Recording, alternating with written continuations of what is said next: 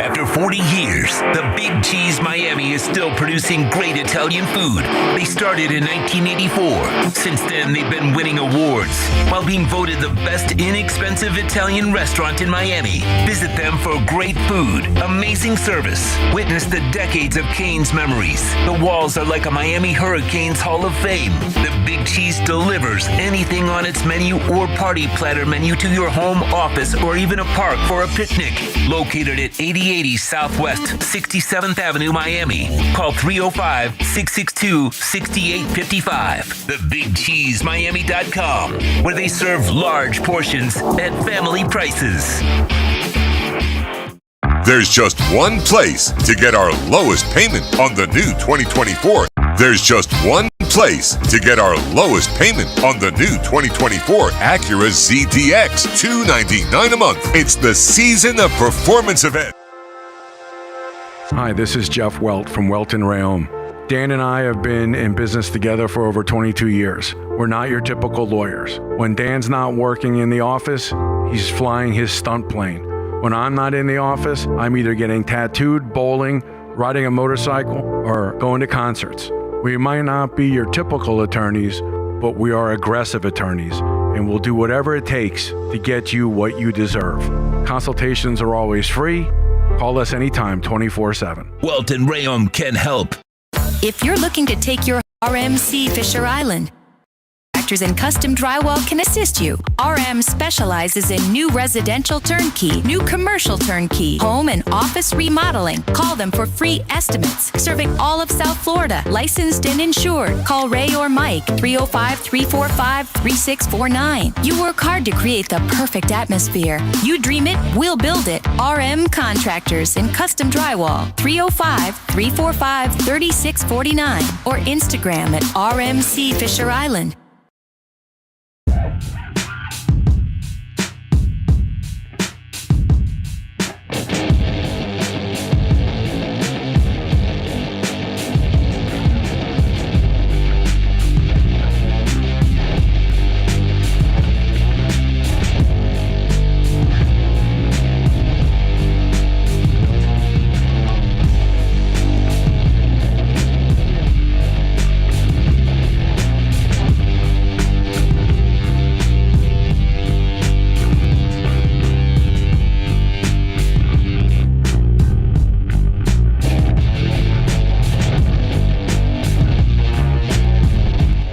We are live Tuesday, 7 p.m.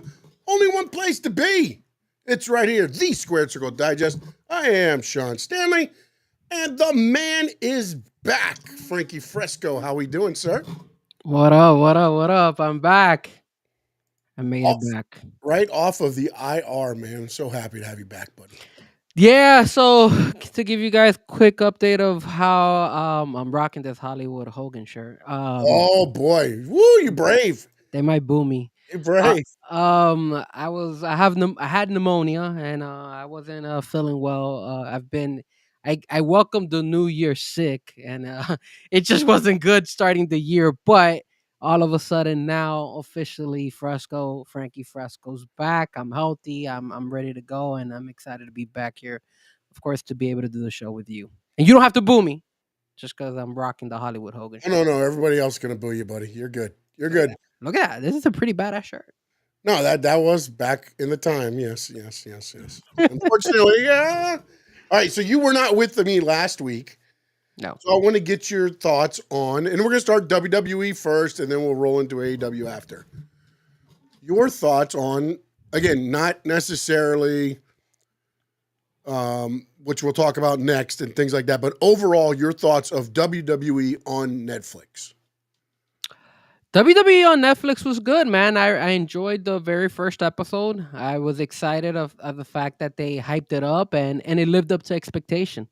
I think overall what they did is they make it WWE like they make Monday Night Raw like something extravagant, and I think they sold us that.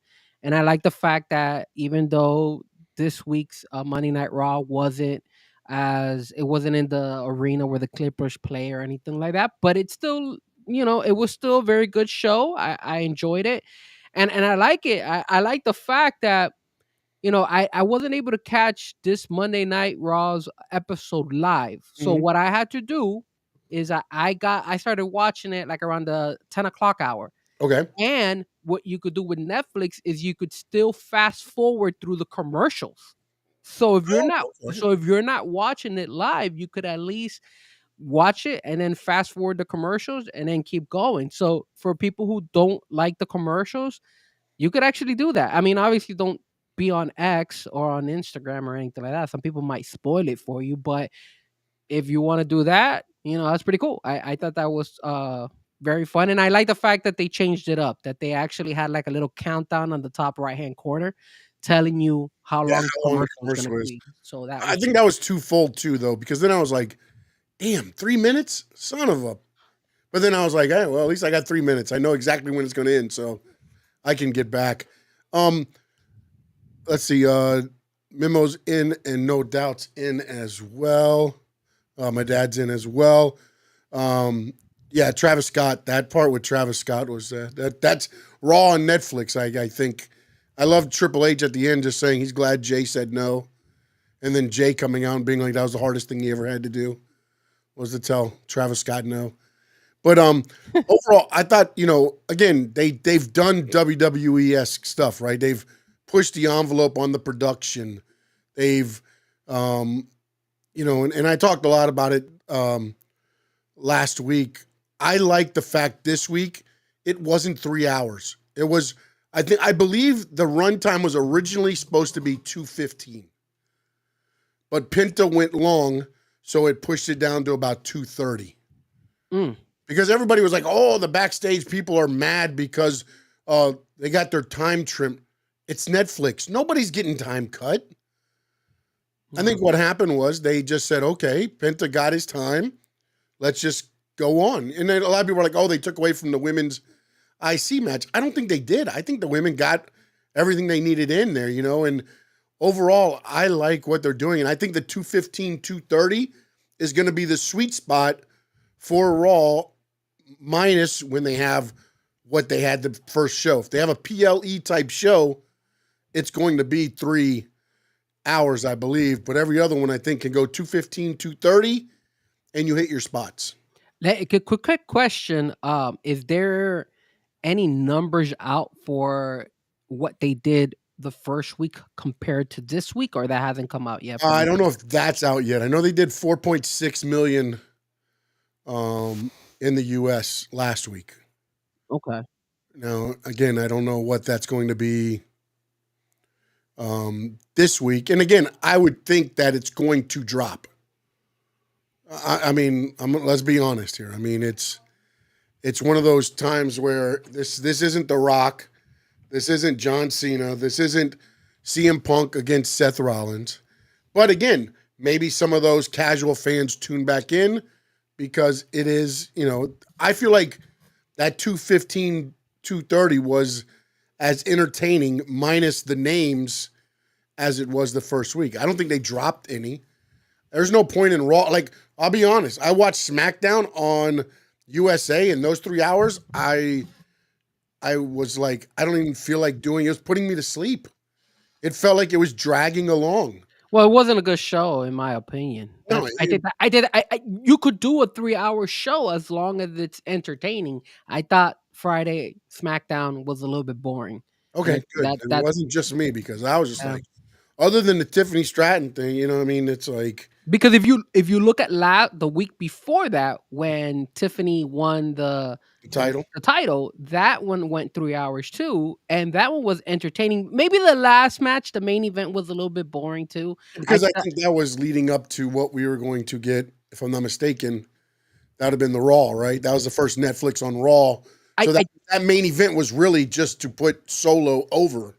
I just think it was a little bit disappointing that they put that as the main event. They should have put in the Tiffany as the main event, and that would have like lived up to expectation, in my opinion. Because that was for that SmackDown. It was exciting. You got the crowd going wild, and then it kind of went down after that because they were just they were sold into the whole Tiffany Stratton winning the belt and cashing in. So I felt like it was a lot for the fans and for the people at home too. Yeah, and then also it's one of those things, the same thing as we said when they had the Bad Bunny Damian Priest, right? Nobody expected to be what it was, and then it fell flat afterwards, and it like overshadowed that main event. And look, I hopefully they knew that when that cash in happened, that it was going to, take the roof off of whatever building it was in, because everybody's been waiting for it. And to be honest, I was like, damn it, they got me again. Because I was like, damn it, when she hit Naomi with it, I was like, damn it, okay, they got me again. This time they did it again. And then to watch it play out was like, all right, I see what you did there. And then when she won it, it was just like, Tiffy time, baby, Tiffy time. Terry, what's up? See him dump is in as well. Oh, see him dump in the building. And he agreed. I believe that came across right when you said that the SmackDown this week was boring.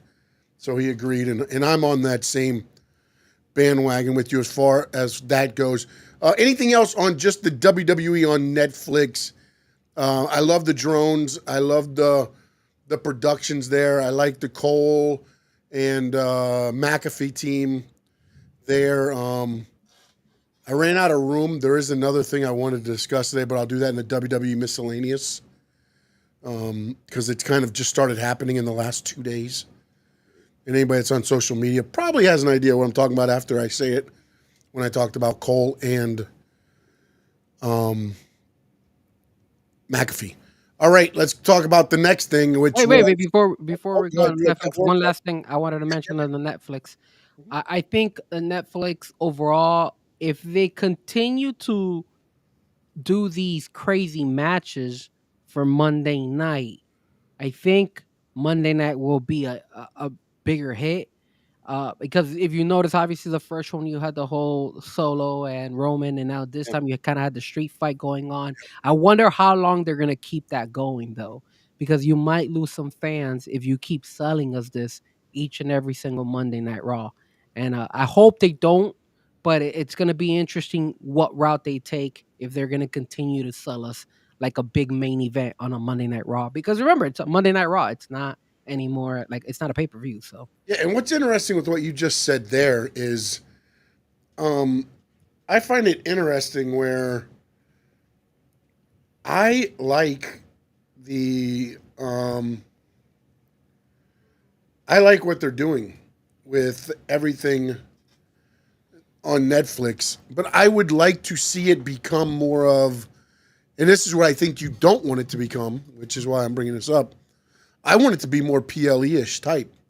I want it to be more big matches, kind of like firing off there, because you don't have a time frame. Like, I think a lot of those matches last night were better because they had the time.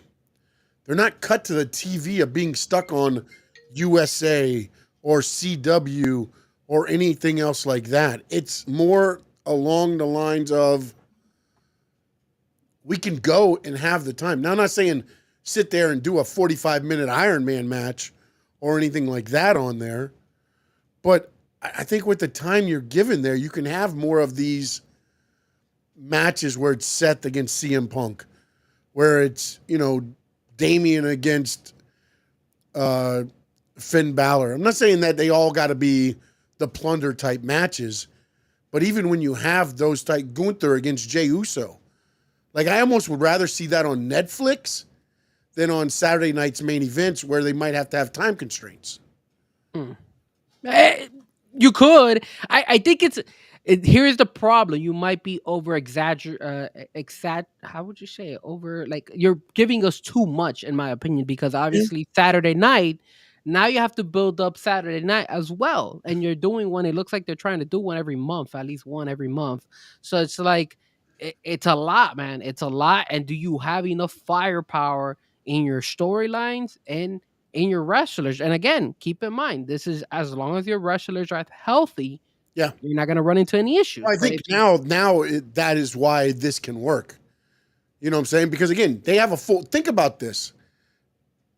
And actually, it's not there, so we can talk about it in this segment as well. Last night they used Raw on Netflix to start building your Saturday night main event. They announced 2 matches there. They also built the Royal Rumble. They added 3 names to that star-studded list. So they're doing all of that at the same time as, so, and again, I agree with you now when you say that, because they have a full roster. There's nobody out necessarily that would hinder that. Now you start losing Seth, Drew, CM Punk. Now you're right. Now it becomes, and maybe you're right. Maybe they don't go that path because now you're expecting that, and when you don't deliver that, now you're going to lose the audience that way. So I mean, you may be onto something there, because my thinking is deliver on it. But you're right. If people start getting hurt, then what?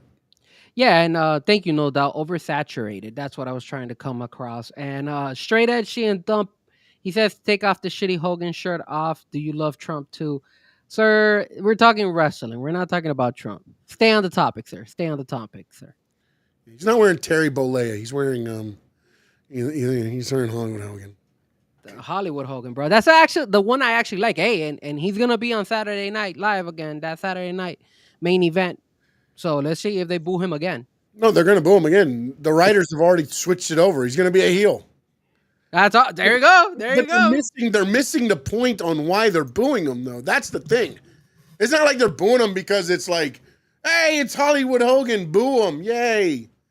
That's not why they're booing him, man. They're booing him because of his freaking dumbass stance. But what is the best thing that WWE or wrestling in general likes to do? They like to take real current events and actually use them for their storylines. Yeah, so that's what they're doing with this Hogan.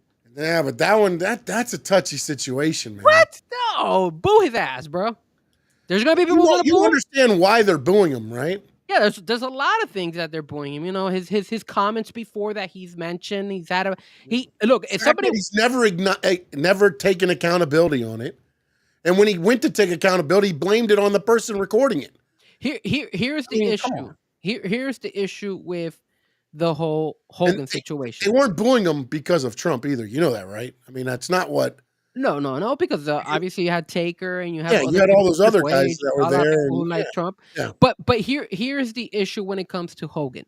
Look, Hogan is gonna be Hogan, and people have to come and realize that two of your biggest, the two people who made WWE are kind of being hated now because you don't see Vince McMahon, and the person that actually made WWE with Vince McMahon was Hulk Hogan. So it's like about it last week. I said they self-sabotaged him. They built up the industry, and now they're no longer allowed in by mistakes that they made.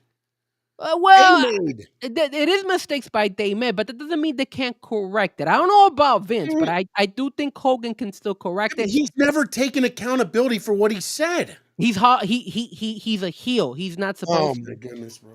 All right, brother. I appreciate the brother.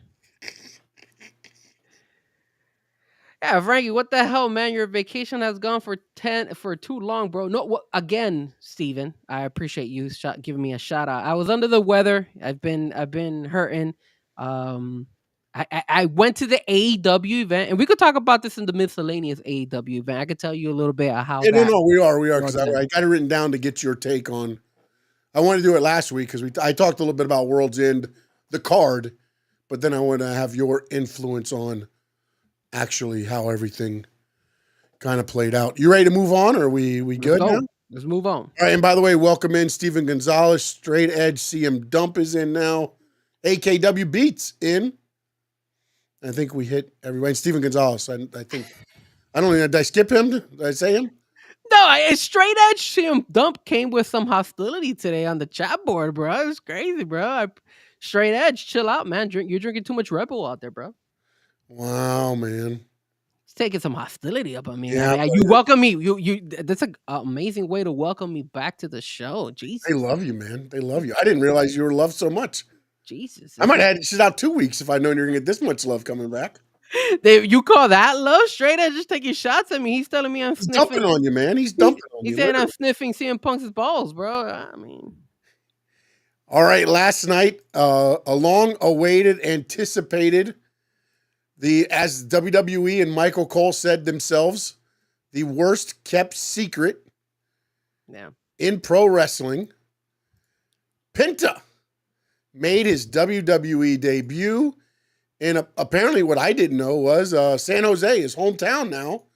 Apparently he's moved to San Jose. Your thoughts on how it played out? All right, so first and foremost, I am so happy to see Penta in WWE. Penta is my favorite wrestler right now. He was my favorite wrestler in AEW, and now he has moved on to the WWE world, and he's my favorite wrestler in WWE. I want to see Penta win a championship. I want to see him have amazing fights over there against Rey Mysterio, because he's fought Rey Mysterio in Mexico. I want to see him go against CM Punk. I want him. He never had. I don't think he ever wrestled. Well, maybe he did wrestle CM Punk in AEW. I don't recall, but Probably I will. I will say this, probably. I will say this. It is so sad that Penta was in AEW for how long? I mean, he was one of the guys who were there since the beginning, pretty much. Since the beginning, yes. And they never had a mask for Penta.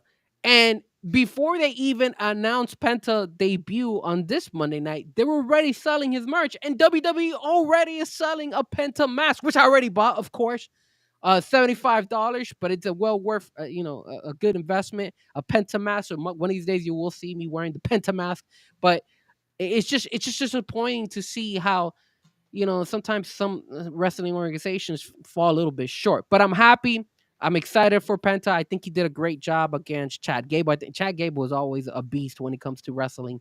And he actually went on social media and spoke about it and said, hey, look, I don't like losing, but it was an honor to be able to go ahead and wrestle with somebody, like Penta.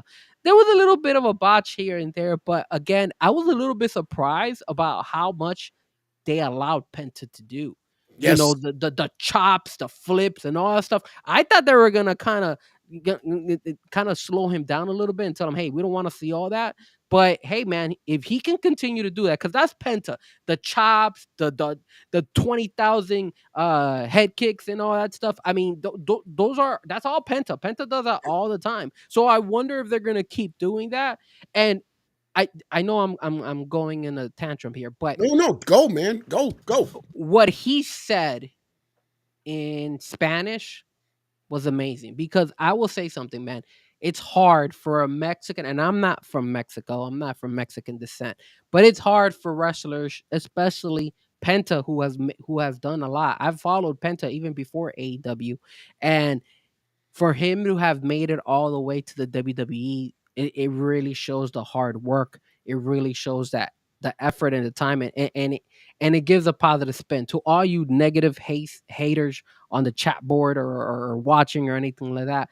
Look at everything as a positive. You work your ass off, and it pays off, and that's exactly what happened to Penta. And now he's in WWE. I just hope that WWE uses him the right way. Don't use them and then kind of forget about them. Like I've seen that happen with El Idolo, and it's kind of disappointing what they've done sometimes with him. So I hope it doesn't fall into that with Penta.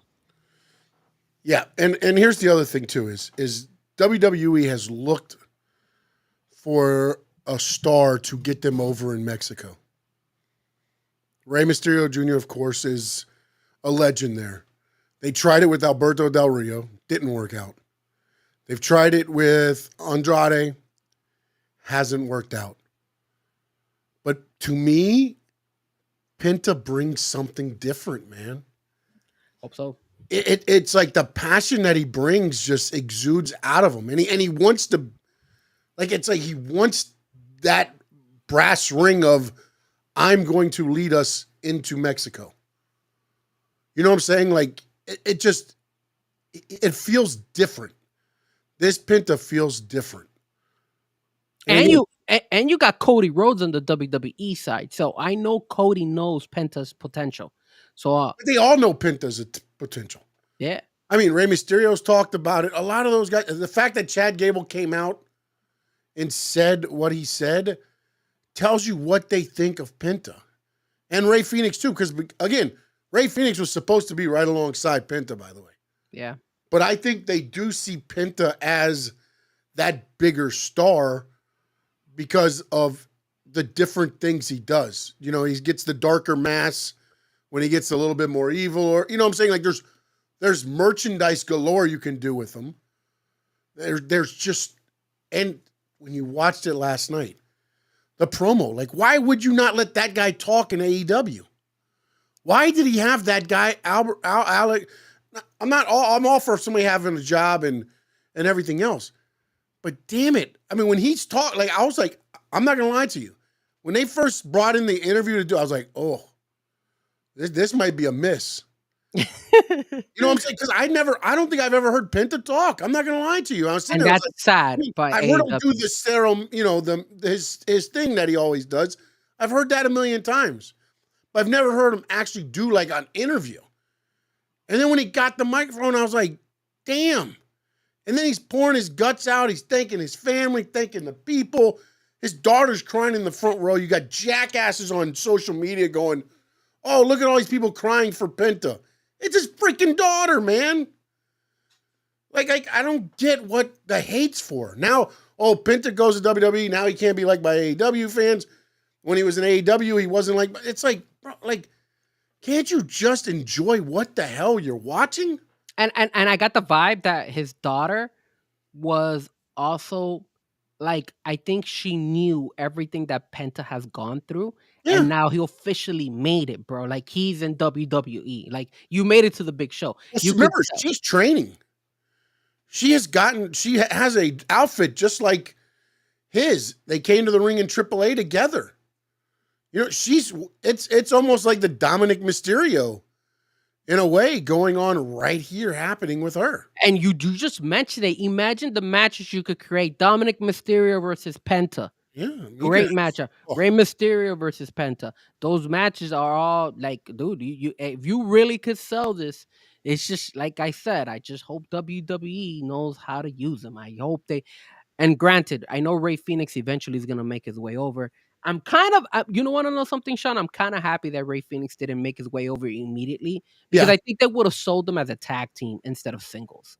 Well, And I think ultimately it's going to go that way. I think so too. But hey, things remember, have they're changed. brothers. They're brothers. So I mean, it's. But I think it could change in the sense that if Penta gets a pop, because I saw on social media they were saying that Penta's debut exceeded already Mercedes Moné, Will Ospreay, and I think it was might have been Okada debut in AEW when it comes to social media. So Penta just by himself in the WWE world was already selling it, and you know, it was all over social media. Triple H was happy with the reaction, with the crowd reaction for Penta. Yeah, no, I think everybody was hand over fist in love with what was going on, man, and especially the reaction with the promo. Because again, in San Jose, it was the perfect spot to debut Penta. I said it when I like, you know, because everybody was like, oh, I thought Penta was going to debut on the Netflix premiere. I think that he would have been overshadowed in that one. Yeah. You got The Rock, you got Cena, and then you bring out Penta. Yeah. You know, this was perfect. And not only that, but now you could have Juan Cena versus Penta. Yes. Oh my God, I can't wait for that. That's going to be the shit. Juan Cena versus Penta would be amazing. And then again, you made him the first match on that episode. Remember, it was the promo, and then it was Penta. I think the only thing that they failed was, again, keeping it a secret. Bro, it was like... You're not going to keep that a secret, especially with the way Rey Fenix and them were trying so hard to get out of AEW. Yeah. You know what I'm saying? Like, it was like they were doing everything. They were blaming them for injuries and not doing what they're supposed to do. I mean, it got ugly at the end. Yeah. You know what I'm saying? And it's very interesting because it seems like a lot of times that happens in AEW for some reason. It's like, it's good until it's not good anymore. Yeah, I mean, and you know what? Like, I see the trend. Obviously, you've seen it more in NXT, where some of the majority of the AEW wrestlers that have made their way over to the NXT world, they've had success. So again, I hope that happens with Penta. I don't want to see a Jake Cargo because I feel that Jake Cargo has kind of been a disappointment in the WWE world. I don't think they've used it correctly. I mean, obviously she's still in there, and hopefully she makes a big return. But it just feels like they've kind of fallen short in using her properly, in my opinion. I think Penta hopefully doesn't fall in that same predicament. Yeah, but I think there was a lot of bad habits they had to clean up with Jade Cargill. Because again, there's wrestling and then there's wrestling on WWE TV. It's two big different things, man. It's so different because again, if you watch AEW Dynamite, they wrestle for the crowd and it goes out over the TV. Yeah. In WWE, you wrestle for the red light. If you get a response, great. You're wrestling for the red light. And that's the hardest thing to remember because you have 20,000 or, 8,000, 9,000 people watching your match that might not be giving you the reaction that outside of the TV they are. Yeah. And that's where it comes a little bit different. And that's where I agree with you. I didn't expect Penta to be doing all of the stuff that he did. And he did. And I thought it was great. Yeah. It's one of those things to where I want to see his merch jump to number one. I hope he jumps to number one. Like I said, his shirt. I was cool. I bought a shirt too. So straight edge, CM Dump. You could make fun of me as well for buying the shirt as well. But I'm a Penta. You didn't get the sweatshirt though. You got the. I didn't get in the mask. That would have been. That would have been cool.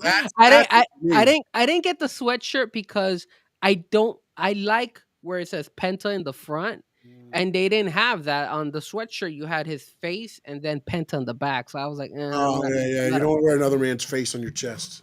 Exactly. Yeah. What are you doing right now? Talking wrestling, sir. Okay. What an ass. Thank you for welcoming back. I missed this. Jesus. Welcome back, Frankie Fresco. Welcome. Hey, is CM Dump a straight edge CM Dump rubbing on you? Is that why you're taking shots? I see. Look at this. Maybe when Frank wears the mask, they'll call him Juan Frank. Sir, come on, man. That's a lame joke. Juan Cena, though. Oh, we see him. Can you see Juan Cena? Or wouldn't it be cool if John Cena actually comes out as Juan Cena? That would be pretty cool. It'll be something different. When is WWE Mexico? Dude, they're supposed to be coming. I know there's a pay-per-view. Yeah. When is that? I saw it on social media. I don't recall, but they were saying that it was going to be a pay-per-view in Mexico. So I thought it was going to be Backlash, but that would be right before WrestleMania, and that'd be coming up. That would be badass if they do like a Juan Cena. That would be funny. That would be a missed opportunity on merchandise. Juan Cena mask. Although now you've got Penta masks, you've got Rey Mysterio masks. I mean, how many masks can you sell? All right, so I'm looking up online. Keenan Dion said Backlash. But it says WWE reportedly heading to Mexico for Backlash 2025. But then there's also a post that says Backlash will not be in Mexico, despite Bad Bunny trying to come back. Because Bad Bunny wants to come back to wrestling. We'll see. We'll see again. Maybe they're trying to keep it under wraps till we get, because Backlash is a ways away, right? Yeah, that's after WrestleMania. So this is what it says. According to Mike Johnson of PW Insider, several people within WWE have stated Bad Bunny's comments, and there are no current plans for Backlash to take place in Mexico. So right now there's no. But you know what? If they're smart, I would bring it, bro. And you know what? You would get a hell of a pop. You know what it reminds me of? It reminds me of when FTR was heels in AEW, and then there was a secret match. I don't remember. I believe it might have been against the Young Bucks. I don't remember, but I know it was in Miami, and they were called La Ranas or something like that. And they were dressed as the masks on. They had the green mask, and they were called like La Ranas, and they eventually it was FTR. So it's creative. You did something like that. I think that would be cool. Because that'd be great to have like John Cena or Juan Cena versus Rey Mysterio Jr. versus Penta in a triple threat. Hell yeah, that'll be pretty bad. Battle of the Masks. Juan Cena. Hey, we don't have to see Juan Cena's bald spot anymore. So it'll be covered. Actually, you know what I would do? I would cut the mask just at that spot. Oh, come on. Just cut it out so all you see is the bald spot running the ropes. All right, let's move on to the next thing here. the bloodline angle. I want to talk to you. This still exists? And that's what I wanted to get to, because Roman Reigns wins the Olafala, and then neither are on SmackDown. They did, what'd you have? You had a run-in by Jacob. You had a run-in of Tama Tonga. Then you had Sammy. You had Jimmy. And then that was pretty much it, right? I think so, yeah. But we're getting the Rock at the end. That's the other thing. We'll talk about that during this. So then they go to SmackDown this week, and it's just Jacob and Tama Tonga. Jacob's not doing his salute to Solo or nothing again. Nada.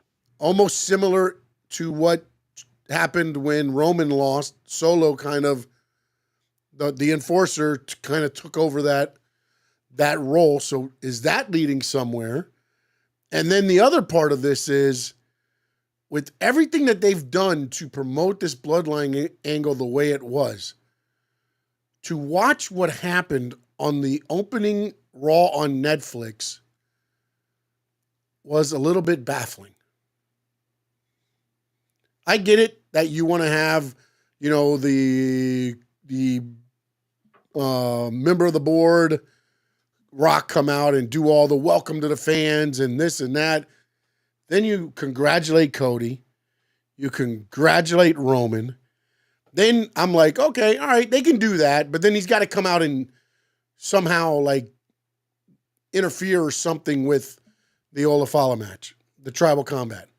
Then that match ends. And by the way, I talked about it last week, but one of the greatest camera angles I've ever seen, with Roman Reigns on his knees, Paul Heyman on his knees with Olafala, and the camera is shot going back toward the entrance area, and you just slowly see the Rock coming out. No music, no nothing else. And I'm like, okay, now it's going to happen. Then they get into the ring. They do the handshake. They hug. He presents the Olafala, and I'm like, okay, something's going to happen, I hope. The only thing that I saw that I could take something from was The Rock was in the corner as everybody's acknowledging Roman, smirking. But it wasn't that smirk to where it's like, is he smirking because he's bringing all this in, he's relishing the moment that Roman's having with this crowd? That's kind of what it had. I wanted to read into it and be like, maybe that's going to turn into something else. Your thought right now, present day, where the bloodline angle stands. I feel like they've dropped the ball when it comes to the bloodline after the whole Roman. Because remember, there were so many times when Roman was going up against the bloodline and he would keep on defeating the bloodline, and they kept doing this for a while. And now it's like he officially destroyed the bloodline. Like, why would there still be a story of the bloodline ran by Solo if they've gotten destroyed over and over again? I felt like the writers for WWE got lazy, and I think the whole fact that The Rock didn't turn on Roman, the fact that he just gave him the Olafata, and it was just, that's it. You didn't see anything more, and then all of a sudden you bring him back on Friday SmackDown, and you don't see Solo or anything like that, and it just doesn't have the same aura, the little bit of aura it had when Solo was there. And now I don't know what angle they're gonna take. I mean, I know Solo's supposed to come back on Friday, so we'll probably hear from him. But what angle can it take? Like, The Rock is buddy now with Roman. He can't betray him. And I know you said he was smirking and stuff, but dude, you just gave him, He's got to be you trouble, approved it. right? You approved him. You gave Roman the approval by putting it on. Yeah, but he's still the final boss. Yeah, but how are you gonna spin it to betray Roman again? Like, I don't get it. Like, I don't see it. Like, I feel like The Rock gave the okay, gave the approval. Like, if he was to turn on Roman eventually, I feel like it's kind of lame though. Like, you can't So do now that, man. I'm going to throw this out there, man, because, and again, now I want to talk this in WWE Miscellaneous, but it's going to kind of roll into this. When you look at this Royal Rumble that's happening right now, right?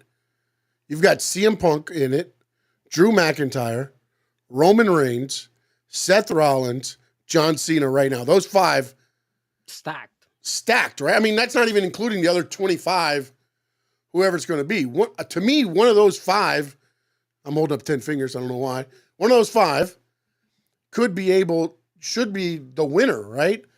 And you could run a main event through any of them.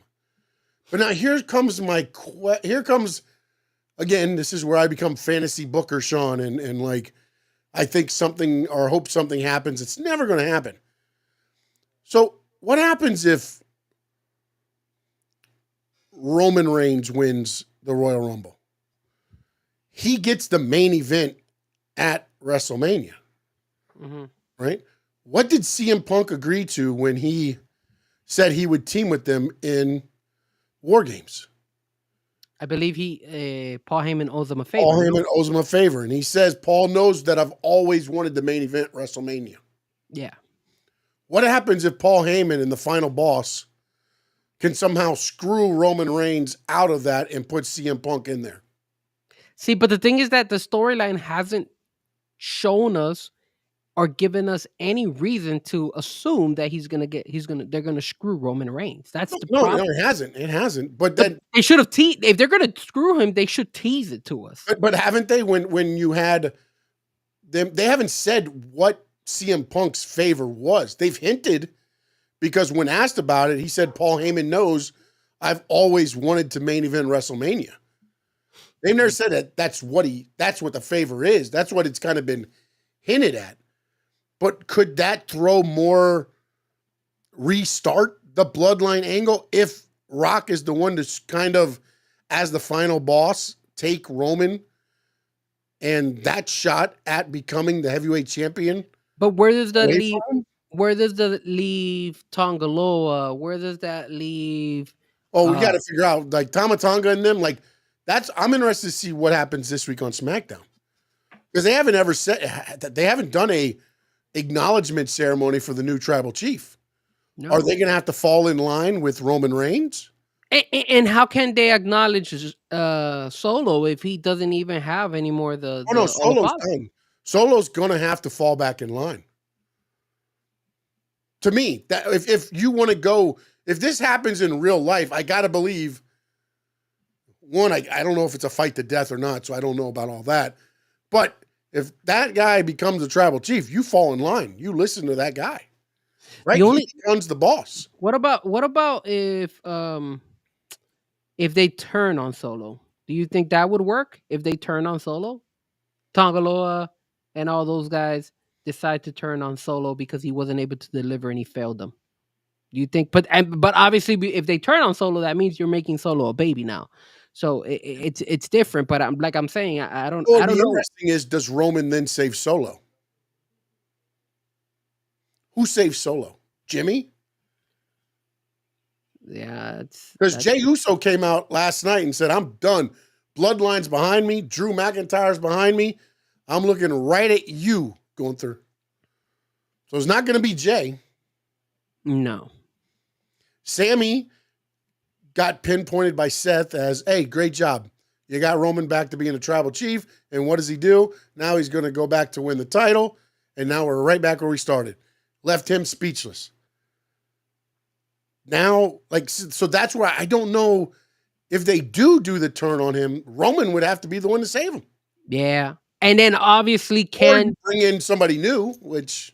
And can Jacob Fatu hold it down as like the monster that he kind of has been doing it? Booked properly, yes. I don't know, man, because the problem is, how do you draw that line of where the switch gets flipped? Because once it's flipped, it can't be cut off unless he's got somebody like Solo controlling him when he was marching around. If he's by himself and the switch goes off, Jacob Fatu can't just bring himself back down. That would take away from the character to me. Because once he flips that switch, that's when he turns into the Samoan werewolf and he goes freaking ape shit. Yeah. And by himself, he can't be like, "Oh, wait, no, get back. So that, to me, would be one of the things that they would have to figure out. Because I think you've got something in Jacob Fatu. it's almost like what they had to do with Umaga, right? Yeah. They put the Armando guy with them to kind of just be his handler. Okay, that's enough. Let's go. You almost have to find somebody to be that handler. Yeah. And maybe that's Tongaloa. Since he can't really work that well. Yeah, because Tongaloa, he's Now, Tama does good in the ring, but Tonga's good. He hasn't found his footing in WWE. He's still hurt, right? Tongaloa is still hurt, right? Yeah, Loa's out. Loa's out right now, yeah. Well, thank God. That's actually I miss him though, because I miss his botches everywhere. So Yeah, and then he made it interesting, right? When it happened, it was like, yeah. oh, wait a minute, that did happen, right? Oh, jeez. He's Rainy Day Pod is in. Appreciate you tuning in. Rock should definitely turn heel. Or Rick, if you turn The Rock heel, who does he go after? Would it be John Cena? Would it be Rock versus John Cena all over again? I think that's the match you get near SummerSlam or Survivor Series. Oh man, imagine The Rock. I think that's almost Cena's like final match, right? That would be. Is that what you want for Cena? I think that would be ideal, man. That would be ideal. Because here's the thing. Rock beat Cena in Miami. Cena beat Rock in New York. Yeah, but can those two guys hang at their age right now? Like I know The Rock might be. You might have to do some schmozzing. I'm not gonna. You may have to throw some bloodline interference and some other stuff. Bring the Undertaker out from under the ring. But on Cena's final match, to me, I think you pull out all the style. Like it's like everybody that's been around Cena like is in that match involved somehow. Now, do you think John Cena's gonna win the Royal Rumble? I feel like, look, man, because they sold it to us like they did, they really wanted it, man. But then you know what? You saw what they did on Monday night. The thing is, if he wins it, I feel like that's a loss. Yeah, bro, he better not win it. Now you've got, like I said, you've got those 5, and Cena's one of those 5. But then, what do you do with the other 4 at WrestleMania? Yeah, I mean, it's, and again, this is going to be the problem with this whole, to me, the whole lead up to the WrestleMania is, what do you want to be the main event? And again, they're saying, there's reports that says The Rock will not be there. There's reports saying The Rock will be there. I got to believe if The Rock is there, he's taking on Roman Reigns on one night. Maybe they do something again where you get him on both nights, but then you take away from, I think they have enough talent now to where you don't have to be on both nights, man. They have so much talent right now. I agree. And the way it's going. So, but that's the other thing. Like, and this year is the SummerSlam, the two night SummerSlam, right? This year? Yeah, there's a 2-night SummerSlam too, right after Raw, or right after WrestleMania. Yeah. Because that's in August, and April is damn WrestleMania at the end of April, the 19th and 20th. And then you go into August, you got June, April, May, June, July, and then August is SummerSlam. Now, here, listen, look, this is what I just thought about. And again, conspiracy theory, as no doubt says, we'll get into that in a minute. He asked something about Cody being injured. Let me hold on a minute. Steven Gonzalez says, why do I have a feeling Roman will win, then have Paul turn on Roman and give Punk the favor he owes him? But then the only way that'll happen is if Roman versus Punk, and then somehow Paul turns on Roman and allows Punk to beat him to earn that title. Or what about you make it a triple threat match? You add Punk into that match. Oh, that could be. That you know what? That could be something too. That could be something. Now, what I was going to get to before I started reading that one is, what if number 30 hits? Right? And Brock Lesnar comes out? Dude, please, man. Oh, damn. Okay. Hollywood Hogan comes out? Did you hear the rumors? The rumors were talking that Brock Lesnar might come back because Vince McMahon is clearing up the airway. I'm just saying. Who's cleaning up the airway? So it looks like Vince is clearing his name out there. He's settling, even though there was another report that... How the hell is he clearing his name? They haven't even done the civil lawsuit. He's clearing his name out there. The Rock would be 31.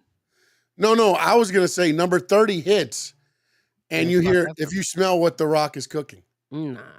That wouldn't hit. And The Rock comes out as 30. What? And then all he's got to do is dump some people over the top rope.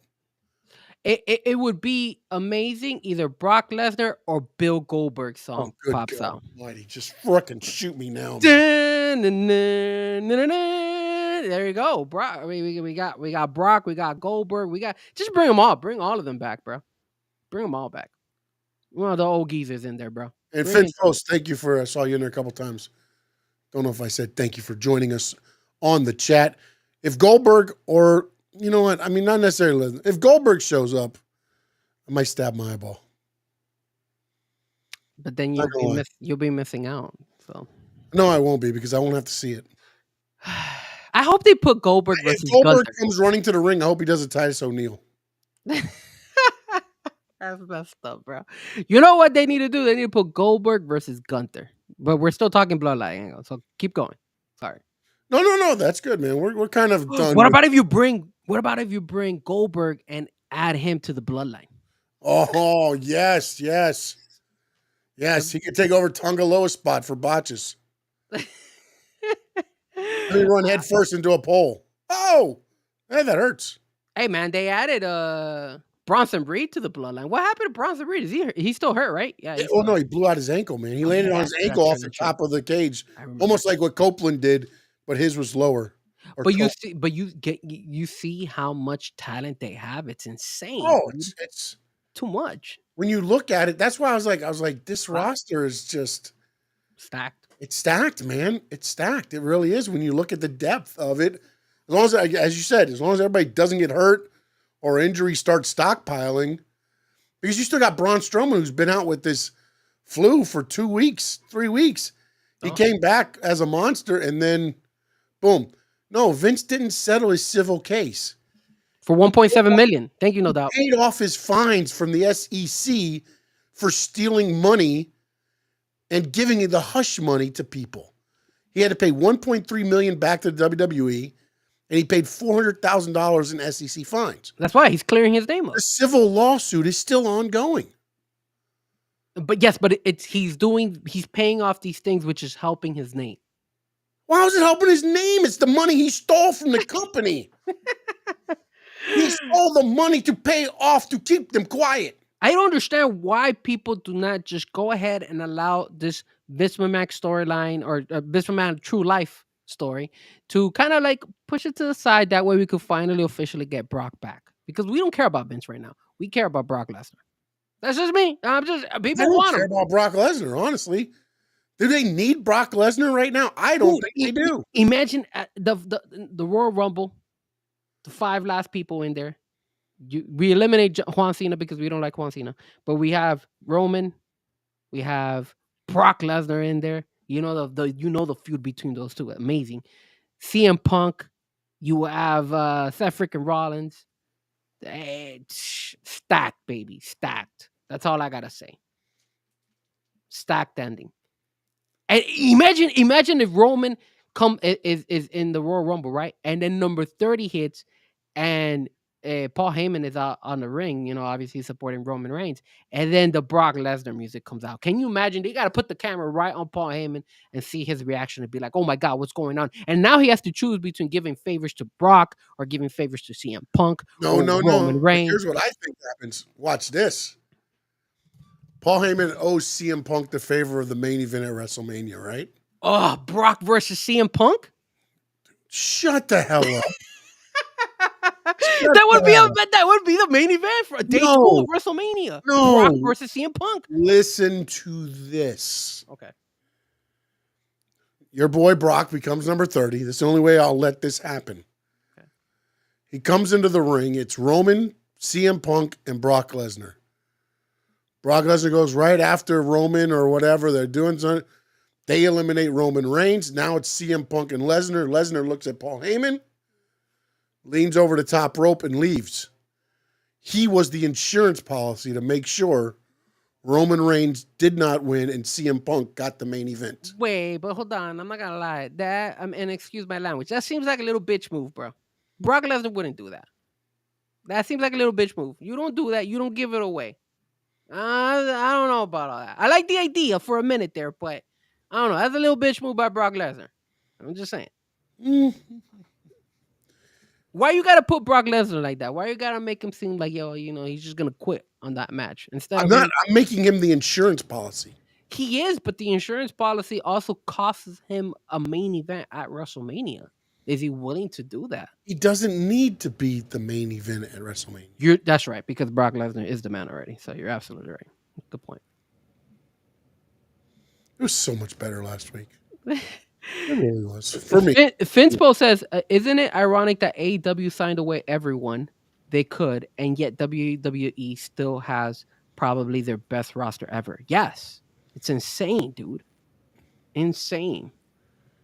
And did you see what they did? WWE against AEW? Well, can I tell you one thing real quick? Yeah. This is the one thing I said also, even when Vince was there. If Vince thinks he can make money with you, he's not going to let you go. No. That's the thing. Like, and again, some people, Jericho, Moxley, might get tired of the bullshit. CM Punk at the beginning, the first time, they get tired of the BS. Don't get me wrong, and they'll leave. But Vince does not let you go unless he thinks we're not making money with you. And that has been picked up by this company. If they don't think that you're going to if we're going to pay you $3 million a year, then you better be bringing in $5 or $6 million a year just in merch. Yeah. You know what I'm saying? Looking at Cody and things like that. That's where I think a lot of this, the difference is, because they see value where, to me, AEW says, okay, we can get great matches. Yeah. But matches only go so far, as we've talked about it many times. And Mr. AEW right there used to fight me a little bit, where it was like, no, but you get this match. Yeah, but that runs out at some point. Yeah. Because you can't just and unfortunately, as soon as somebody comes in, they usually link them together, so you get that match within the first couple of weeks of them getting there, and then now that match is gone. And then now, and I'll say this, since Revolution, there's been a couple of weeks here and there, I feel like they've gotten better storytelling and things like that in AEW. It has gotten better. But that's where I feel like they fall off at, because you don't invest in their characters. You invest in WWE characters because they make you. Bronson Reed became a badass, and people started investing in him. Then he gets hurt, and now people are still invested in him. Yeah. That's what they do. They build the character up for investment from the crowd. Because if you don't have that investment, they can give two craps about. They're not going to buy merchandise. They're not going to buy tickets to see you. It's just like when you watch we've talked about before, episodic TV shows. You don't tune in to watch the show. You're tuning in to see what happens to that one character you like. Yeah. 9 times out of 10. Now, there's some shows where you might like something else, but it is a lot of the investment of the fans' emotions in characters that build. That's what WWE has nailed down, that formula, and they can tell. Tiffany Stratton, think about it. She's only been on the roster for 1 year. 1 year. And look at how people are invested in her. Yep. And they're fighting on whether to turn her face or heel because they think she gets a better pop as a heel than as a face. Yep. Because fans don't care anymore. It used to be good guys you cheered, bad guys you booed. That is no longer the case. It is you do what you do and see if you get booed or cheered. And if the biggest thing was CM Punk and Seth Rollins standing in that ring the other night, you had your CM Punk crew who was cheering CM Punk and booing Seth Rollins, and you had your Rollins crew who was cheering Rollins and booing Punk. Yeah. And that's what they've done because you're invested in, that's my guy. Like what Frankie said about Penta, that's my guy. That's what, and Frankie said that before when he's in AEW too.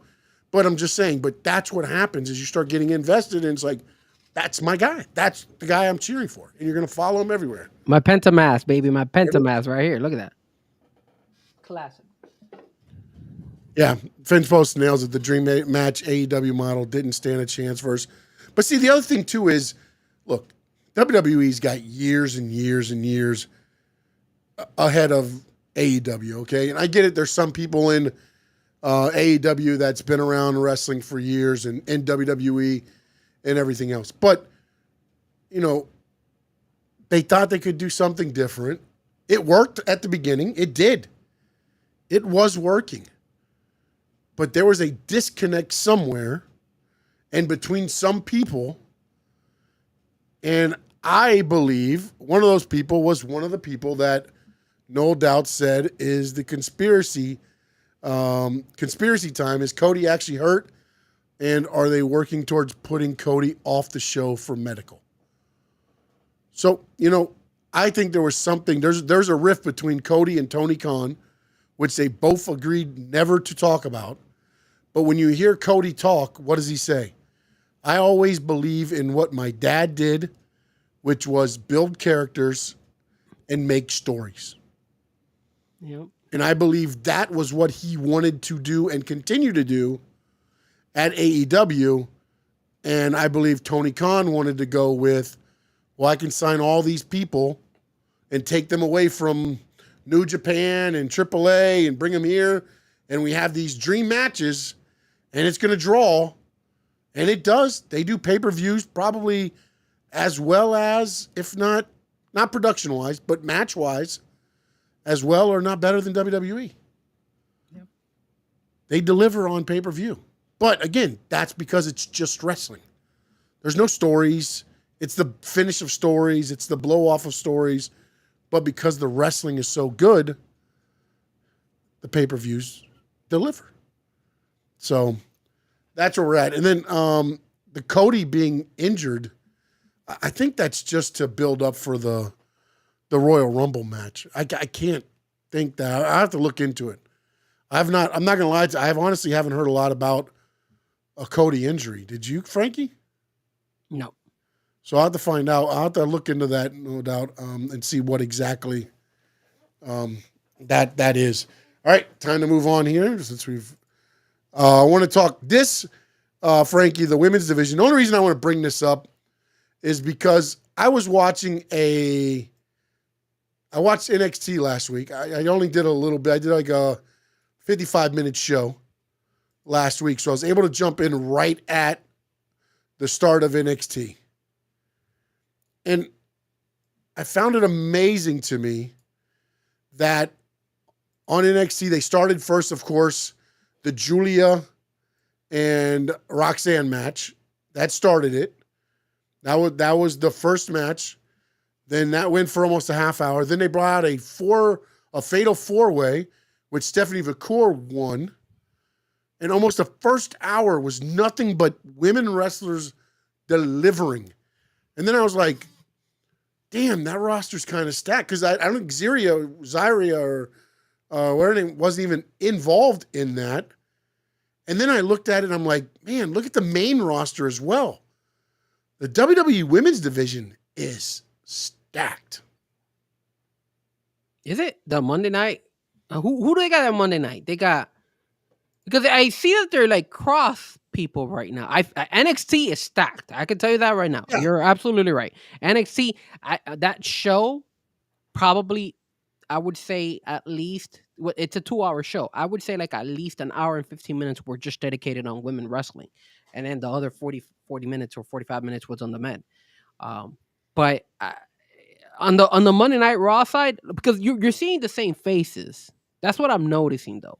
Because you look at Nia Jax is always there.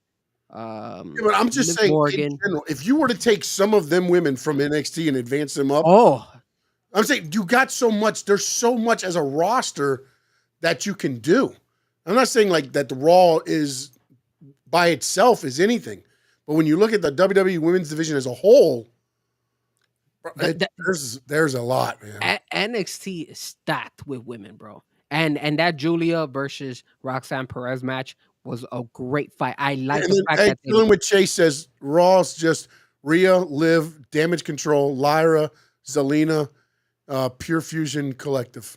Well, Zelina's not even showing up as much anymore either. They haven't been using the LWO that much. They haven't needed any jobbers lately, apparently. Yeah. But those are the things. And keep in mind, we're still waiting on Jade Cargo to come back. We're still waiting on Charlotte Flair to come back, which I'm assuming she's coming back for Becky's Royal coming Rumble. back to Raw, I believe. Becky will be at Raw. Becky is another one. She might come back during Royal Rumble. So it's interesting. You know where we're gonna see a lot of the women in that Royal Rumble. That's where I want to see a lot of those NXT girls make their way over to the Royal Rumble side, because I think that will be pretty cool to see. What's funny is Chilling with Chase says SmackDown's actually small in the field. You got Bianca, Nia, Bailey, Tiffy, and then all the girls they called up. Well, you also got Chelsea Green. Come on, Chelsea Green. Come on, and Naomi. Good job, Chilling Chase. Naomi. Chilling Chase throwing them in there now. Let Naomi on SmackDown too. But you got Chelsea Green, man. We got Chelsea Green and Piper Niven. Salute to America. You know, I think they should move some of these girls around. Like, have some of the girls go to NXT, like what they did with Becky Lynch, what they've done with sometimes with Rhea Ripley. I feel like you need to do that because the NXT brand has so many women. Like, dude, like, and you don't have to put them permanently, but you could just bring them over, showcase them as well there, and let them hang, man. Like, remember they had this girl, the tag team girls that on NXT. I'm having a brain fart here. Jansen Carter. No. Even though we haven't seen them in SmackDown or Raw as much. No, the Metaphor. Is it Metaphor? Is it the Metaphor? Oh girl? yeah. They were out there. I know who you're talking about now. Yeah. The two girls that they went on SmackDown and they haven't been back. Yeah, they haven't been back. Trick Williams girl. Yeah, her. Yeah. So Lash Legend, there you go. Lash and Jakara, I think is her name. I forgot her name. Her friend, her partner. Those are two other girls that are stacked in the NXT world that, you know, they could have kept them in the SmackDown, because I actually liked when they were competing for like the tag team belts. But again, I mean, look, man, they gotta see what they do, because like, and if you guys watch NXT, the NXT show, with all due respect, but it's being ran by the women, bro. The women division in NXT is serious, bro. And it's when you look back at it, let me ask you this, because when you're right, but it seems like to me like they call up more of the guys than they do the women. I mean, the women get called up every once in a while, but it feels like, you know, I mean, Carmelo Hayes, boom, right up, kind of more than. It's almost like I almost feel like they're kind of making the NXT almost like the women's show. Yeah, it does feel like that, because they're testing the market to see, like, will everybody still tune in if it's just a female wrestling show? Well, think about it. Alba Fire and Nyla Dawn, I believe that's her name. Yep. So where have they been? You know, and they got called up from the NXT world. You know, they got rid of this girl that they let her go for. Forgot her name, but she was released a couple months ago, and she was also called up. So a lot of the NXT girls that have made their way over to the WWE roster, the only one that's living up to expectation right now has been Tiffany. I am live of Valkyria too. I think Tiffany's exceeding expectations, but well, did you like the fact that Liva Valkyria won against Dakota Kai? Because I was pissed, man. They keep dissing my girl Dakota Kai, bro. That she beat Dakota Kai. Damn, I was so mad. I was like, to be honest, they couldn't have went wrong either way. Either way is a tremendous champion. But I really was hoping like this was the moment where you're going to get that Dakota Kai celebration. Yeah. And it just didn't happen. And you saw that the fans were kind of split too. Yes, and the funny thing is, I think Lyra needs the title more than Dakota. No, come on. Yes. You got Lyra's still good. Dakota gets over more with the crowd than Lyra does, as far as just the character build. Lyra's great when she comes out and she's got the Raven stuff and all that. And then she kind of loses a lot of fans because she's just in there working. Yeah. She doesn't really go a lot to the crowd, or she's just in there and just going to where I don't think that has allowed the fans to invest in her, because it kind of feels just like. But they don't have Lyra talk a lot though. That's the problem. They do the interviews, but it's on social media. It's not on the show. It's always, we caught up with Lyra in the back and this and that. And I just feel like with the belt, maybe it'll help her open up to the crowd. And like you said, maybe they'll give her more opportunity to talk and she can get that investment, because I don't think that it's a bad thing. It's just, it's one of those things that WWE does so well is a lot of times if you don't need a title, they're not going to put it on you unless it's at the top. At the top, they're usually going to put it on whoever they think is going to get them the best ROI. And Jonah Chase said Dakota's fine. She has damage control, but crowd not big. Slow build up to her matches. I don't know. Are we having bad connection? I see you. Maybe it's my connection. I don't know. I can't tell. It might be my connection too. Sorry. No, sorry. I like the.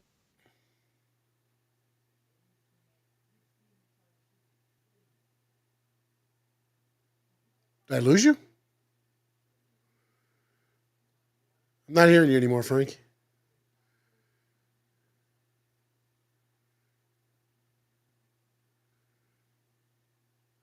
Can I hear you? I don't hear you.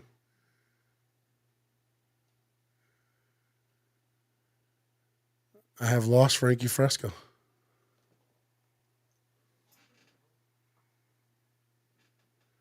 I don't have you, Frankie Fresco.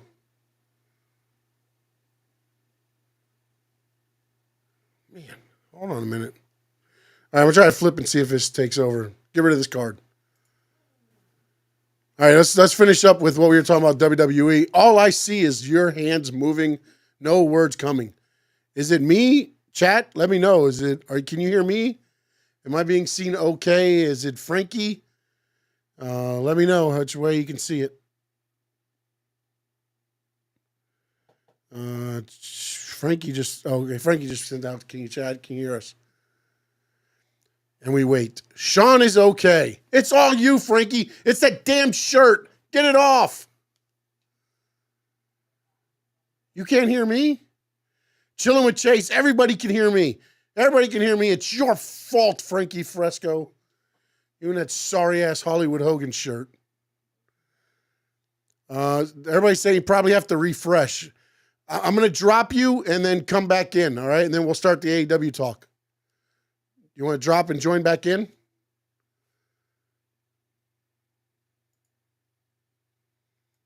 I don't know if Frankie Fresco is going to drop or not. Let's see what happens here. I'm going to pull him out here. And now I'm going to transition into just me right now. Frankie Fresco, I'm going to try to see if we can... He's just dropped off the screen. I apologize. Appreciate everybody in the chat. Thank you for saying that I'm good and Frankie is the problem. I've been trying to tell him that for a while now. But if you're in the chat, if you're listening to us on X, please throw in questions, anything on WWE you've got that you have seen. He hadn't paid his bills. Yeah, I mean, that's why he got that Penta mask, right? He's got the Penta mask, got another one on the way. I mean, if you're buying all that merchandise, you know what's happening. You know what's happening. We're gonna be jumping into hold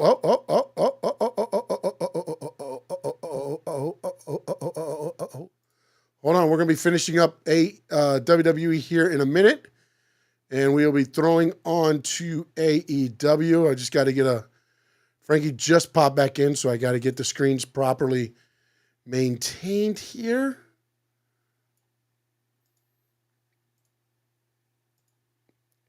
And I heard Frankie, so let's hopefully Frankie Fresco is back. And we're going to switch over now to the one, the only, the all elite portion of the Squared Circle Digest. Frankie Fresco, are you there?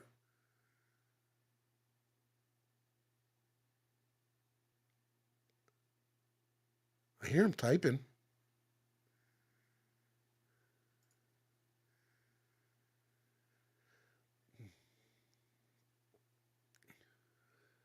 I hear him typing. I really do. I'm getting a message that says your camera is a low FPS. It's the first time I've ever seen that on this.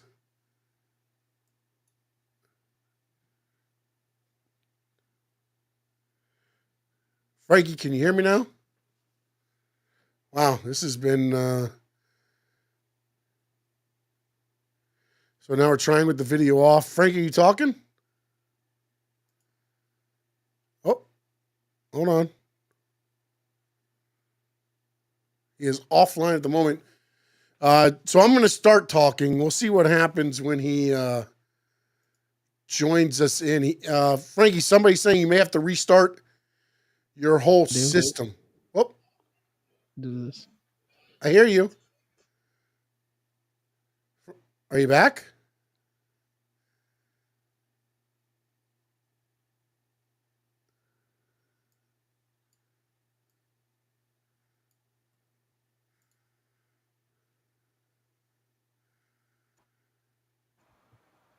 Can you hear me? I hear you now, but you're not on. It sounds like you're on your webcam mic. But that works. All right, hold on. We can do that. Because my I don't know what's going on, man. I think That sounds. We're good. We're good there, man. I don't sound crisp.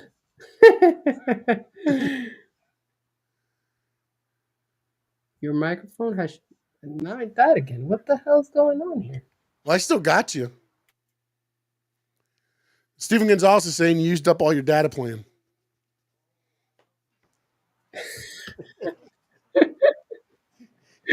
I probably did. I don't know what's going on. My computer's like tripping. You know what? I'm gonna restart my computer. All right, man. Do that, and then I'll redo where I'm just on the screen. When you come back in, I'll bring you back up.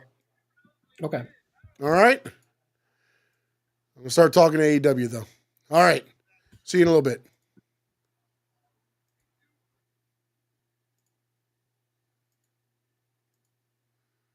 All right. So now we're back. All right. So Hobbs versus Mox scheduled tomorrow. If anybody remembers a lot with AEW, Frankie with the pretty deadly entrance. Yeah. Oh, usually it's me with that. That issue is usually me. And this time it happened to Frankie. So with Hobbs and Mox, I find it interesting because, again, remember, Moxley is the one that kind of brought Hobbs into AEW.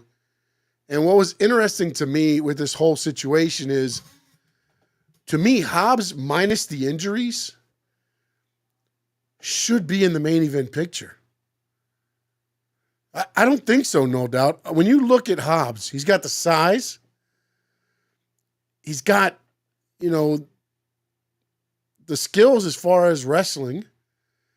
He's got the talk, the mic talk. I don't think Hobbs has been used to his max with AEW. And I know a lot of that has to do with injuries. He has been injured. But I don't see how you can miss with Hobbs in AEW. And when you look at it right now, the only thing that I wish this would have got more buildup, and instead of a surprise win in a casino gauntlet to get a match the following week in Jon Moxley's hometown. That's where I feel like they might have missed the ball. But I felt like they wanted to take a swing because I knew Jay White wasn't winning the gauntlet. I knew Adam Page probably wasn't winning it. They were the first two members that were brought in. And when you watched all the others come out, there was 11 guys entered. And the 11th one was actually Jeff Jarrett, who never made it to the ring. Jeff Jarrett got met by Wheeler Yuta and then got taken back to the back. And then that's where the roll-up happened and Hobbs pinned Kyle O'Reilly. Let's see. Chillin' with Chase says, Hobbs' issue is that he has everything you look at from the optics, but he's always injured, so he misses. Yeah. No, that's what I'm saying. Other than the injuries, Hobbs to me is like one of the guys I would, when I started a company, Hobbs is a prototype of a guy that you would want minus the injuries. And lately, he hasn't been injured. He's been staying healthy. So hopefully he's past that now. And one of the things that's interesting again because Mox was very high on Hobbs when he brought him in moons ago. Where does this go? And this kind of goes into the second part of this. I'm trying to buy some time for Frankie to jump back in here, but we'll see. Either way, we'll have him jump in. Oh, I think he might be in, so let me see if we can. I need to fix this screen real quick and then get him in here. He looks a lot better, I can tell you that much.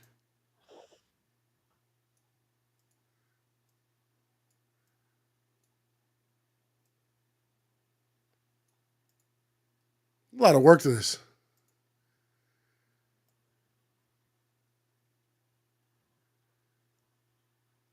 All right, ladies and gentlemen, I think we got him. Ladies and gentlemen, Frankie Fresco's back. Can you guys hear me? Hobbs sucks. Can you hear me? We heard you. All right. You love Hobbs. No, I did not say. I did not say. Oh, that's what came across on the screen. That did not come across the screen. I was listening to it. I saw what happened. For some strange reason, my computer died. Like the battery died, and I had it plugged to my power cord. So it was kind of interesting. I don't know why it's doing that. I'm a computer. Anyways, I come back, and this is what happens. You don't like Hobbs, huh? You're not all for Hobbs. No, man. I mean, I think it's fine that they did the Hobbs thing for this AEW weekend, but I mean, come on, man. Come on. Like, seriously? Do you really think Hobbs is going to beat John Moxley? I don't see it happening anytime soon. So, but let me ask you this then, okay? Because this is my problem I have with a lot of it. Okay, so Hobbs might not be everybody's first choice, but then what? You want to see Jay White against John Moxley again right now, next week? I was happy that at least they went with something different. I mean, I think Hobbs is good to see him in a regular AEW Dynamite. Yes, I think that's fine. So I agree with you when it comes to that. I don't think he's gonna get a pay-per-view shot eventually. So I think it's fine. I think there's nothing wrong with him going against Moxley, but we all know that he's not gonna beat Moxley. Now this will go into, and I'm gonna go ahead now since we've kind of gotten to that. I want to transfer into the Death Riders angle. All right. And by this, I think part of the problem with Hobbs being the challenger right now is that while Moxley is a great champion to have, I just think in this storyline, I don't think that there's anybody going to beat John Moxley. It doesn't matter who you put into this position. It could be Frankie Fresco versus Mox. I don't think Frankie Fresco's winning. It could be anybody. You put anybody in that position. I don't think they're winning because I don't have any clue what's going on with the Death Riders angle anymore. Well, I think chilling with Chase makes a good point, saying Moxley's trying too hard. I really do feel that he is. And I think the problem with the whole takeover thing is that it's kind of wearing out because but you hyped up Edge to be Edge versus John Moxley. And first off, it wasn't Edge. It was Cope. Sorry. Cope with it, buddy. Cope. You give us Cope, but then you put that match on a Dynamite instead of building that story up because for sure it should be Cope versus Moxley, but you give us that on the following Wednesday after the pay-per-view. So think about it. Like give you on the yeah, but you still got Cope in versus the hometown, Moxley. baby. The hometown.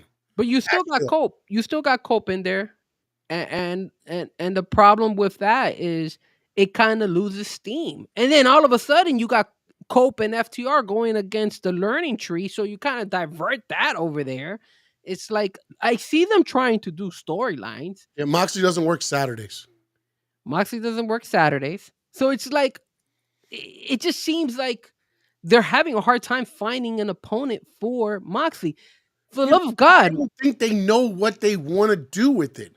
just I mean, this is another sell thing. it to us. Give us Will Hold on. Ospreay versus Moxley. That's Let me it. ask Just you do this. Let me ask you this, and this is for everybody in the chat, everybody watching on thing. If you're watching on a podcast, comment your thoughts on this question.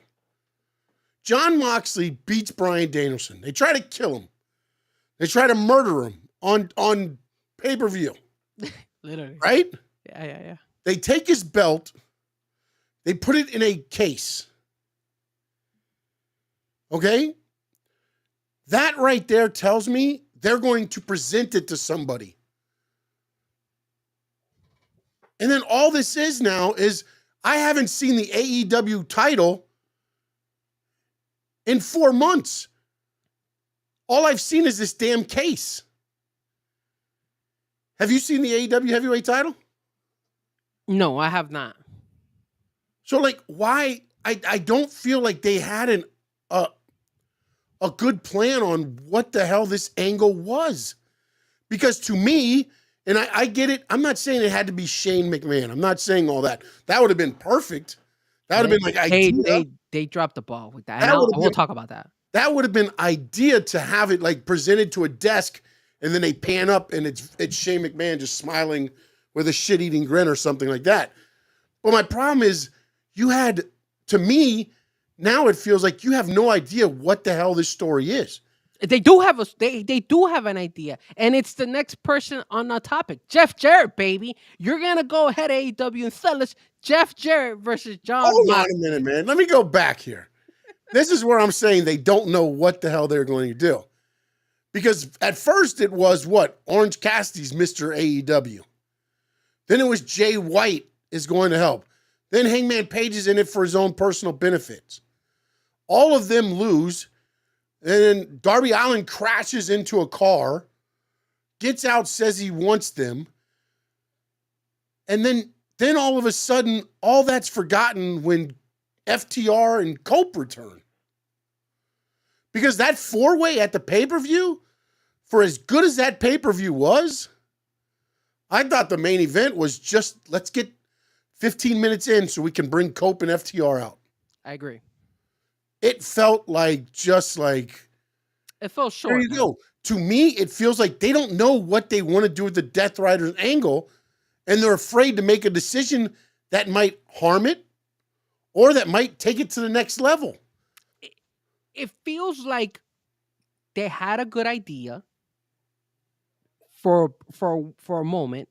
They ran with it. It was a good idea, but now they're having a hard time continuing that idea. Like, you know how you have the bloodline and how the bloodline has lasted so long? So what was your interpretation of their idea? I think I like the fact that they had Moxley take over. So Yes. Moxley going ahead and saying, hey, look, I'm the face of AEW. Or no, I'm not the face of AEW. I'm me, you know, and screw everybody in AEW. I like that. I thought that was fine. I like the whole, Wheeler Yuta and the whole Claudio and Maria Shafir, all of them all together. They look like a dark group. So it looked like, you can't F with us, in other words. I like that. I like it. They went to the extreme. They wanted to murder. The faction is not an issue. No. The faction is not an issue. But then here comes let's give them Orange Cassidy. Okay, they gave us Orange Cassidy. Now they're like, hey, let's give you random people. Now we're just throwing random people. Now we throw in Hobbs. We've thrown in Jay White. We've thrown in Hangman Page. That's the problem. Like what Chilling with Chase is saying. The idea is great on paper. The execution has been exactly that. Great way of saying it. The execution has been a disaster. But that's because I feel like their interpretation is exactly what you're saying, though. They put this faction together knowing it was going to be a cool-ass, kick-ass faction. It was like Bloodline. But they never said, okay, who's going to be the protagonist? Who are they going to go after? Then it was, okay, it's Orange Cassidy. Then they said, you know what? No, that's I don't think that's enough. Let's throw in Jay White. No, I don't think that's still enough. Let's add Adam Page. No, that's not enough either. Let's get Darby Allin in. Oh, no, that doesn't seem to have worked. Let's wipe that away. And FTR and Cope, let's bring them in now. It's like, but when you usually put together, you're right. I honestly thought they put those guys together, meaning Orange Cassidy. I thought they would throw more of Darby Allin, Daniel Garcia. I thought those three would be the ones fighting it out for, if you want to call it Team AEW, whatever the hell you want to call it, leading up to finally, maybe down the road, Bryan Danielson coming in for a one-off to put an end to Moxley and the group. But let me ask you this: aren't you Darby Allin kind of like out? Like? Oh no, I'm not saying that. But to me, at least that's a concept to say, okay, they screw up Orange, they screw up Daniel Garcia, they screw up Darby Allin, then they bring them all back in at some point. Then they're like, oh, it's 4 against 3. Oh no, we got one more person. And then Danielson's music hits. Now it's 4-on-4. This could be all corrected, man. But at least that's a plan. And I understand injuries happen, things happen where you have to change it. But this feels like they just said, we got this kick-ass group, and we're just going to feed people to them and see what works. And it's not working for Moxley anymore. It worked at the beginning. It did. Because you had Bryan Danielson. People had sympathy for Bryan Danielson. Orange Cassidy had a little bit of sympathy. Not as much as Danielson, but a little bit. Darby Allin's just a crazy mofo, but he wants to climb Mount Everest. So you lose him. Nobody cares if Moxley puts a bag over Jay White's head. Ooh, here's the issue. Or even Hangman Page's head. Here's the issue. Here's what I would have done. Here's Frankie Fresco thinking AEW writer. The Death Riders, right? We're elite writer, Frankie Fresco. We're gonna go. So what do I see Moxley do? You start attacking random ass people. You go after Okada. You go after Will Ospreay. You create feuds with these people, and then you see what the fans feed off and be like, oh, dude, like, come on. You see Moxley go and attack Okada out of the blue, like that would bring a spark because you'll be like, oh. Why the hell are they attacking Okada? Because we don't give a damn about anybody in AEW. That's our group. We're the Death Riders. I don't care anybody. Nobody creates any fear or in any shape or form is gonna like scare us or anything like that. We are the Death Riders. We do whatever the hell we want, and we're gonna attack people left and right. And then you get from the crowd who you're gonna get, whether it's Swerve, whether it's Will Ospreay, whether it's Okada, whether it's Danny Garcia. That's what you need to do, in my opinion. I think the problem is they're overthinking it. They'll be like, and then they always go with the same guys. Like, hey, Darby Allin. I'm tired of seeing Darby Allin. Darby Allin is good, but he is not the AEW Superman. Stop it. I'm glad that as a matter of fact, no, I hope he's not. Obviously, I'm not happy that he got injured, but I think that was good for him to get injured because I'm tired of you feeding me Darby Allin. Darby Allin, great wrestler, but he shouldn't be always the face of AEW. So you need to. Why don't they go and attack Adam Cole? Why don't they go and attack, I don't know, even Chris Jericho? Just randomly start attacking people.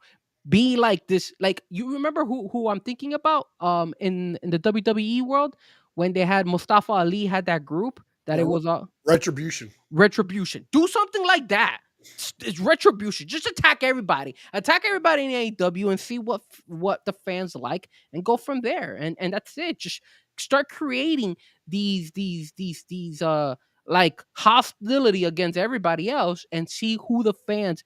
Allow your fans to be like, holy snap, Moxley's now attacking Okada, and Moxley's now attacking Jay White. Moxley's doing this, Moxley's doing that, and then feed it to us. That way we get invested. It just feels like right now, all I get from this Death Riders is Moxley always giving a promo saying, he's in the background. Maria Shafir is like there. Wheeler Yuta's always pissed. Claudio Castagnoli is kind of quiet, doing his own thing. It just looks like it's like, how it is, a run-on sentence. That's what it is. It's a run-on sentence. It's not organized. Sorry. That's just how I feel about that group. No, I think the faction, as we've said, is kick-ass faction. I just think the execution of it has been very stale. from the beginning, other than when the first came on and tried to murder Bryan Danielson. Other than that, I feel like everything else has been kind of stale.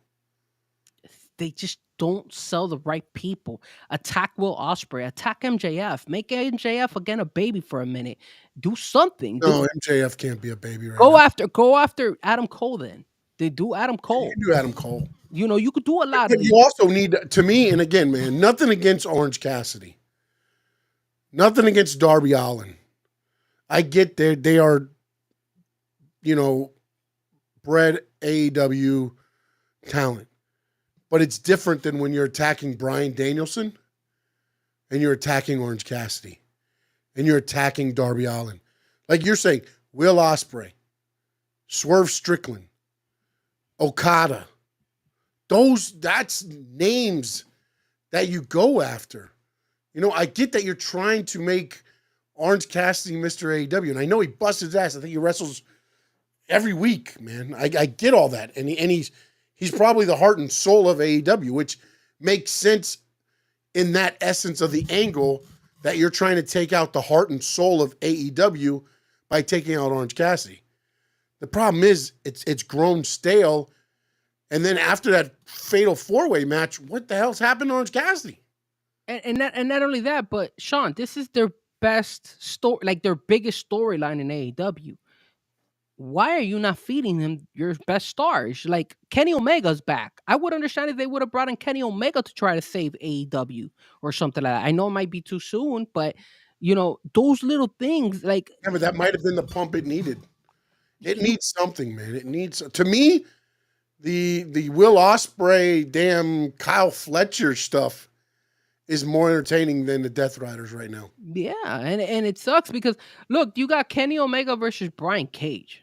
Yeah. Like Oh no, but that's more to, I believe this is going to lead to Will Ospreay and Omega teaming up.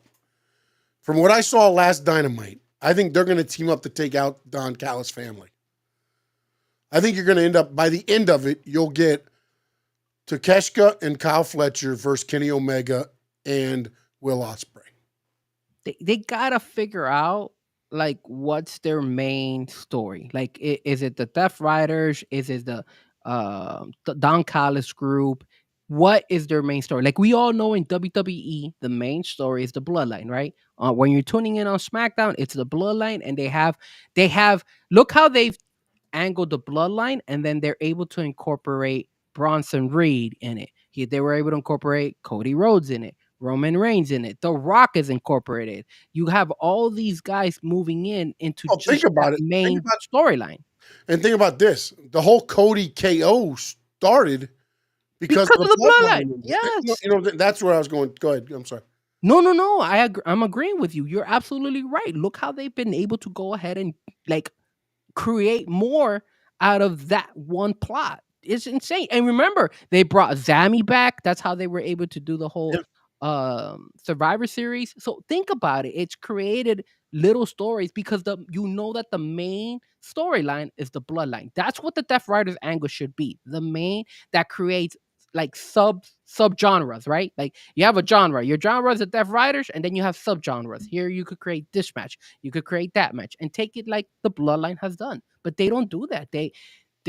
They're all over the place, and like you said, sometimes the way they don't use it correctly to the point where Death Riders all of a sudden you lose steam, and like you said, nobody cares. I'd rather see what's going on between Kyle Fletcher and Will Ospreay than what the Death Riders are bringing to the table.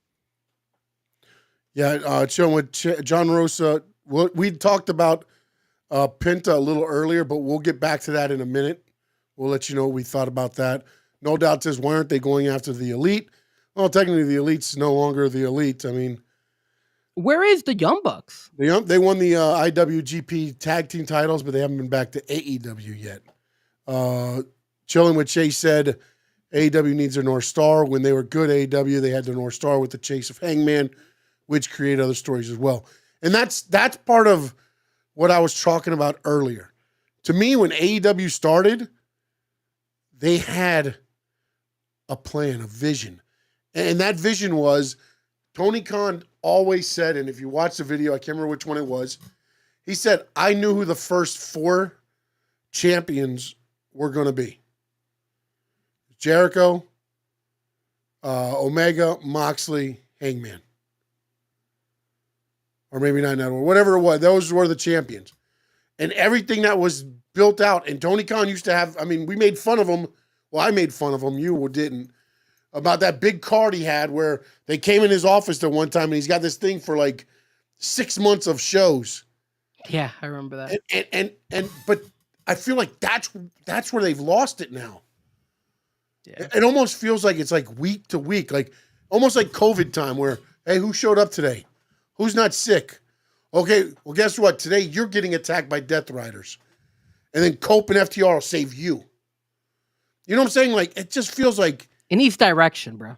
Yeah, because now even with the Hobbs things, like, I'm glad Hobbs won the match, but even what happened Saturday, Hobbs comes out, you know, everything is just built on saving others from the Death Riders. That's like how they're building up this match with, you know, and then Moxley hits him with a chair in the back. Hobbs turns around. Mox runs. You know, it's just like, it feels like it's, I don't know. I just don't, I want to see more from this group. I don't know. I don't know what they can do to make me hop back on board.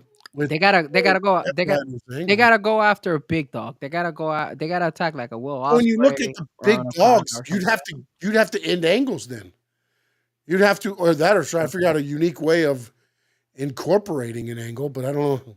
But see, look, they have storylines that, okay, so you have the whole Hurt Business, right? That's one little angle with Swerve, Ricochet, all those guys are in that storyline, right? And then you have the Don Callis angle, right? Which is, you know, Kyle Fletcher, Will Ospreay, all those guys. Yeah, Omega's involved in that one. Now Omega's involved in that one. So that's just the other one. Now you have the other random ones. So you will have the little ones, the very small ones, like the Learning Tree, and the whole the Acclaim. That's another one that they have little tidbits of, hey, drop little nuggets each time on that. But they gotta centralize and kind of like make it official. Like, hey, what is the storyline that we really want with the Death Riders? And the same way the Hurt Business has heavy hitters like Ricochet and Swerve, the same way the Don Callis one has, you know, Kenny Omega, Will Ospreay, all that. Who do the Death Riders have? That's what we don't have. They don't have that. They don't. It's only them. That's it. It's no more protagonists. Yeah, it was good. It was Bryan Danielson. After that, everybody's kind of that build up to that was fantastic. After that, it's lost steam. Yeah, and like I said, maybe that's where you got all of a sudden you got to think about maybe like Adam Cole or maybe like an MJF or somebody there, because that storyline. Chase, thank you very much. Hopefully you have a good day back when you finish work. I appreciate everything, and tune in. Make sure you're here every Tuesday as well. Thank you, man. Appreciate you. But yeah, so those are the little things, man. Those little things are the things that I kind of like feel like, hey, man, because I'm tired of the MJF Adam Cole. I thought that storyline was finished. No, it's over now. That's over. So you didn't see what happened this week on Dynamite, man?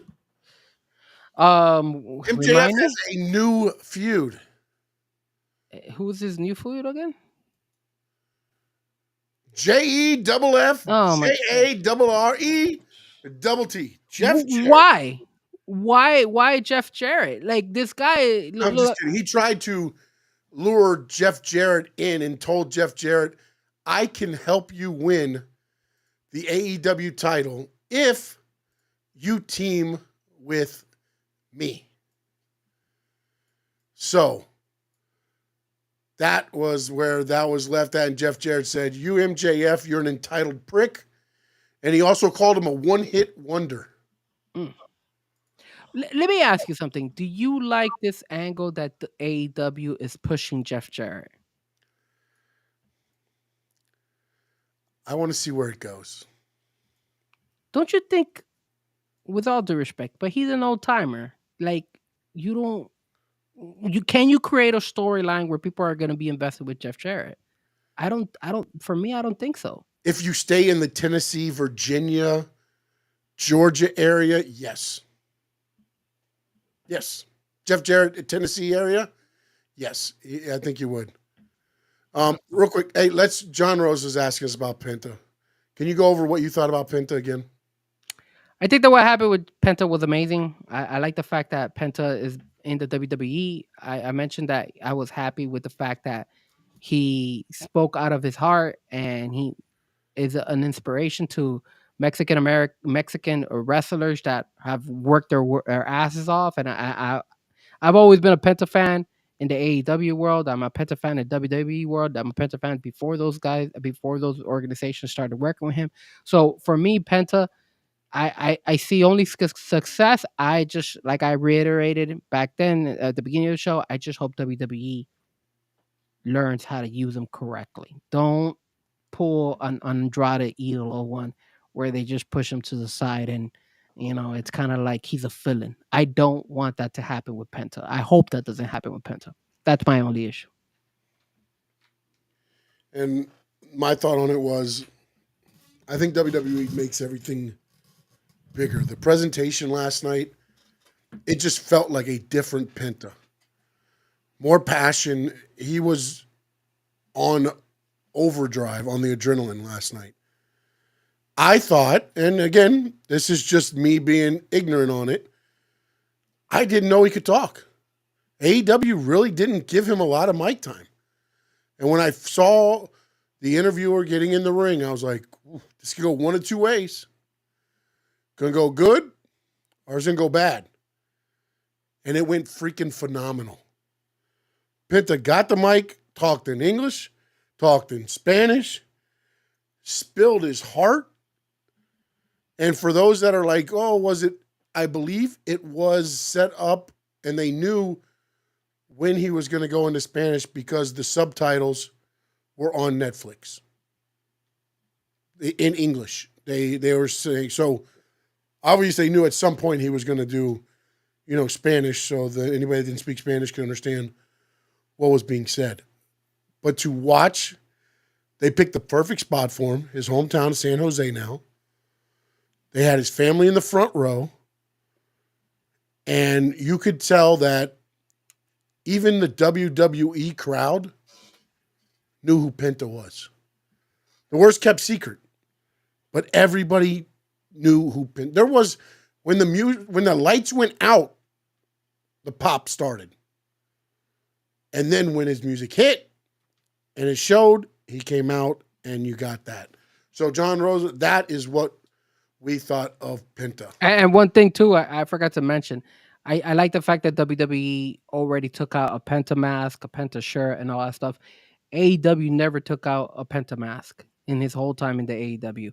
They preferred to take out a dumb mask from what was that guy's name? The guy in green. I haven't even seen him. I don't know if he's still injured. Oh, he's still injured. Yeah, Hectagon. Or no, not Hectagon. What the hell's his name? Hologram. They prefer to take out a hologram mask than a Penta mask. That's ridiculous. So WWE knows how to, take advantage. First thing they did is put out a mask for Penta to be sold to the fans. You don't know how many fans are going to buy that mask and wear it. The kids and all that stuff. Smart, bro. That's the difference between AEW and WWE. Back to Jeff Jarrett. Yeah, Jeff Jarrett. Not to and John Rosa, good night to you too, man. Yeah, bro. So to answer your question, in those areas, I think it can work. Outside of those areas, you might get a couple people going for it, but Jeff Jarrett knows how to, get the crowd behind him. Though. That's the thing. Like, Jarrett's been doing this for so long. He understands that end of it. He understands the carny side of wrestling. That's what makes, I think, it work for him right now. Like when he came out and he's like, I'm done. And then even like MJF came out and he goes, listen here, Double J. He goes, I did some research too. And I know why you only signed a 1-year contract. Because pro wrestling says you only have 1 year left. Because that's all they believe you have left in you.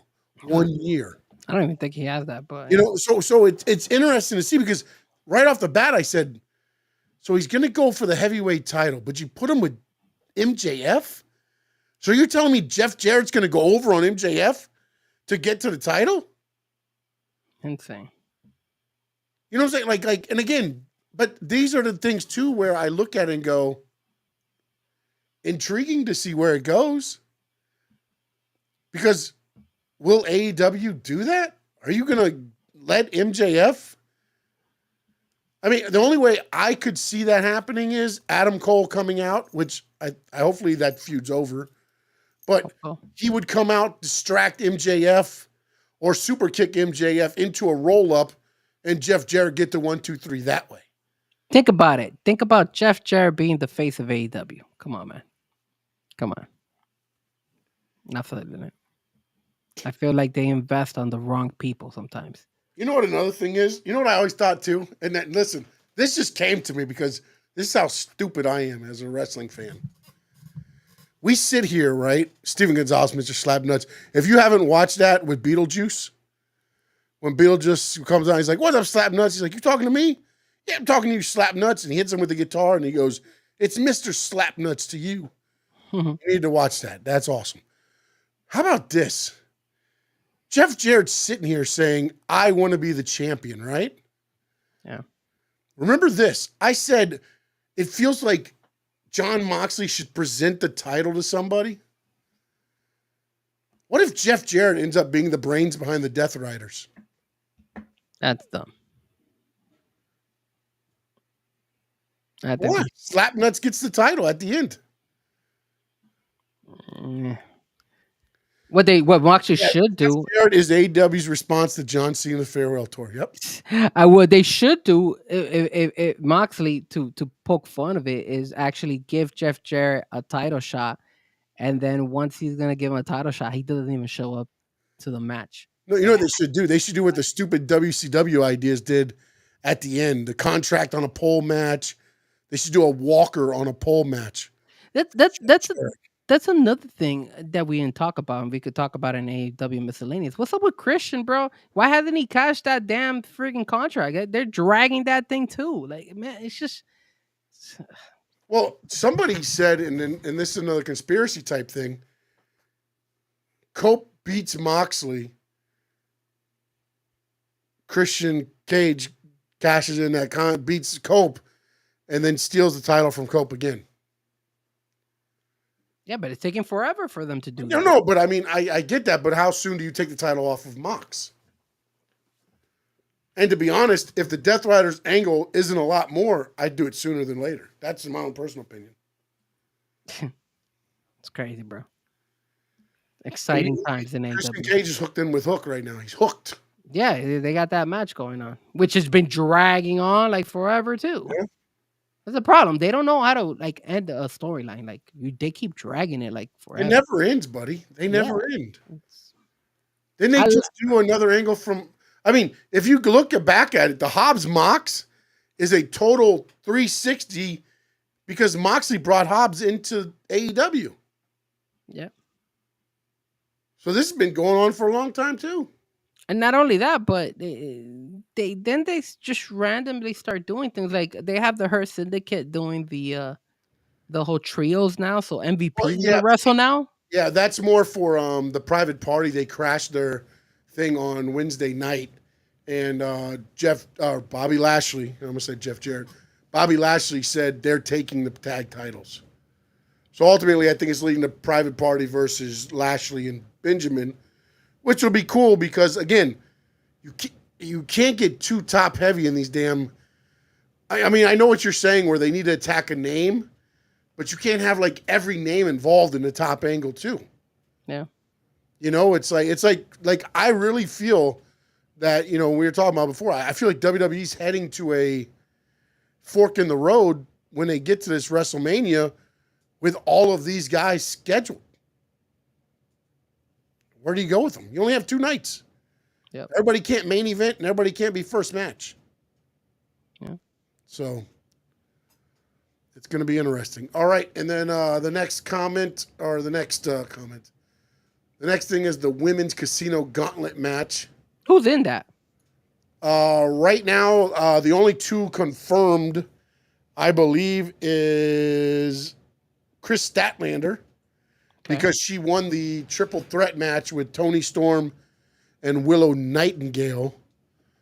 And so she is number one. I don't know who number two is, though. They didn't say who number two is. So we will see where that leads them. But here's the reason I brought this up is because they're doing this whole Toni Storm angle where she's like a rookie or whatever. Yeah, because she forgot that she was timeless only. So Yes, she's forgotten all about that. But if you remember, this match, the gauntlet, is to get the title match at where? All in Texas? No, Australia. Uh, It's to get the match in Australia. So to me, Toni Storm will fight Mariah May in Australia, right? Toni Storm's got to win this. yeah. But it doesn't go along with what she was pinned. And then they did the interview with her, and she's like, I'm just not ready yet. I'm just not there yet. I'm almost there, but I'm not there yet. Does it change this week and Toni Storm wins? Or do they just Go a different angle? a different way and put Toni Storm or Mercedes Moné and have somebody else win the gauntlet and take on Mariah May? I don't know, man. I don't know. I mean, it makes sense for it to be Tony versus Mariah May all over again because it's going to be in Australia for the next pay-per-view. But knowing Tony Khan, he likes to make left turns when you shouldn't be making a left turn. Yeah, there's a sign that says no left turn, and he still makes it. So that's just how Tony Khan works. That dead end don't mean the road stops. We're good. Keep going. But I wouldn't be surprised if maybe this girl's back. This girl wins it. The one who used to be with Malachi Black and the whole Julia Hart, because she just came back. So I wouldn't be surprised if maybe she pulls it off. Yeah. No, and then also that leads to another thing with the whole Malachi Black thing. Like now, all of a sudden, it was so weird to me because it was Will Ospreay versus Buddy Matthews on Dynamite, and this was before the Malachi Black stuff started leaking as Dynamite was going on. Yeah. And he cuts the promo, is like, "Buddy, you don't need anybody. You're good on your own." And I'm like, "What the hell's going on here? Where's like?" And he said, "You and Brody don't need anybody," and I was like, what's going on with Malachi? What happened here? And I heard rumors that, he might not stay with AEW or whatever. But then it was like, and then on Saturday, it was Cope with Julia Hart and Brody King saying the same thing. Yeah. And it's like, okay, but Brody Lee and Julia Hart stayed together. Buddy Matthews kind of been on his own. Do you bring them back together and make it like somebody was talking about calling it like the Black House of Hart or something like, like that or something, where Julia Hart kind of is leading Buddy and Brody, which I don't have an issue with that, but it'd be interesting to see if she does get the rub in the ring or she stays more as the valet and lead that group, because I don't think she can do both. I think she should take over the realms. I think she would have the better role to take over Malachi's Black's role as the leader of that group. Yeah. And then finally, we got the AEW miscellaneous.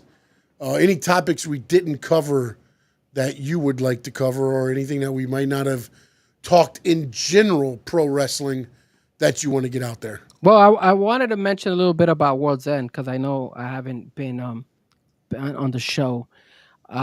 So for you guys and gals, I went to World's End in Orlando and we saw the pay-per-view live. Now, I went with Memo, which was pretty cool. We were part of the Mercedes Moné intro when she arrived to the arena, and she was like, Orlando and stuff like that. That was fun. We were on the side. We got there really early.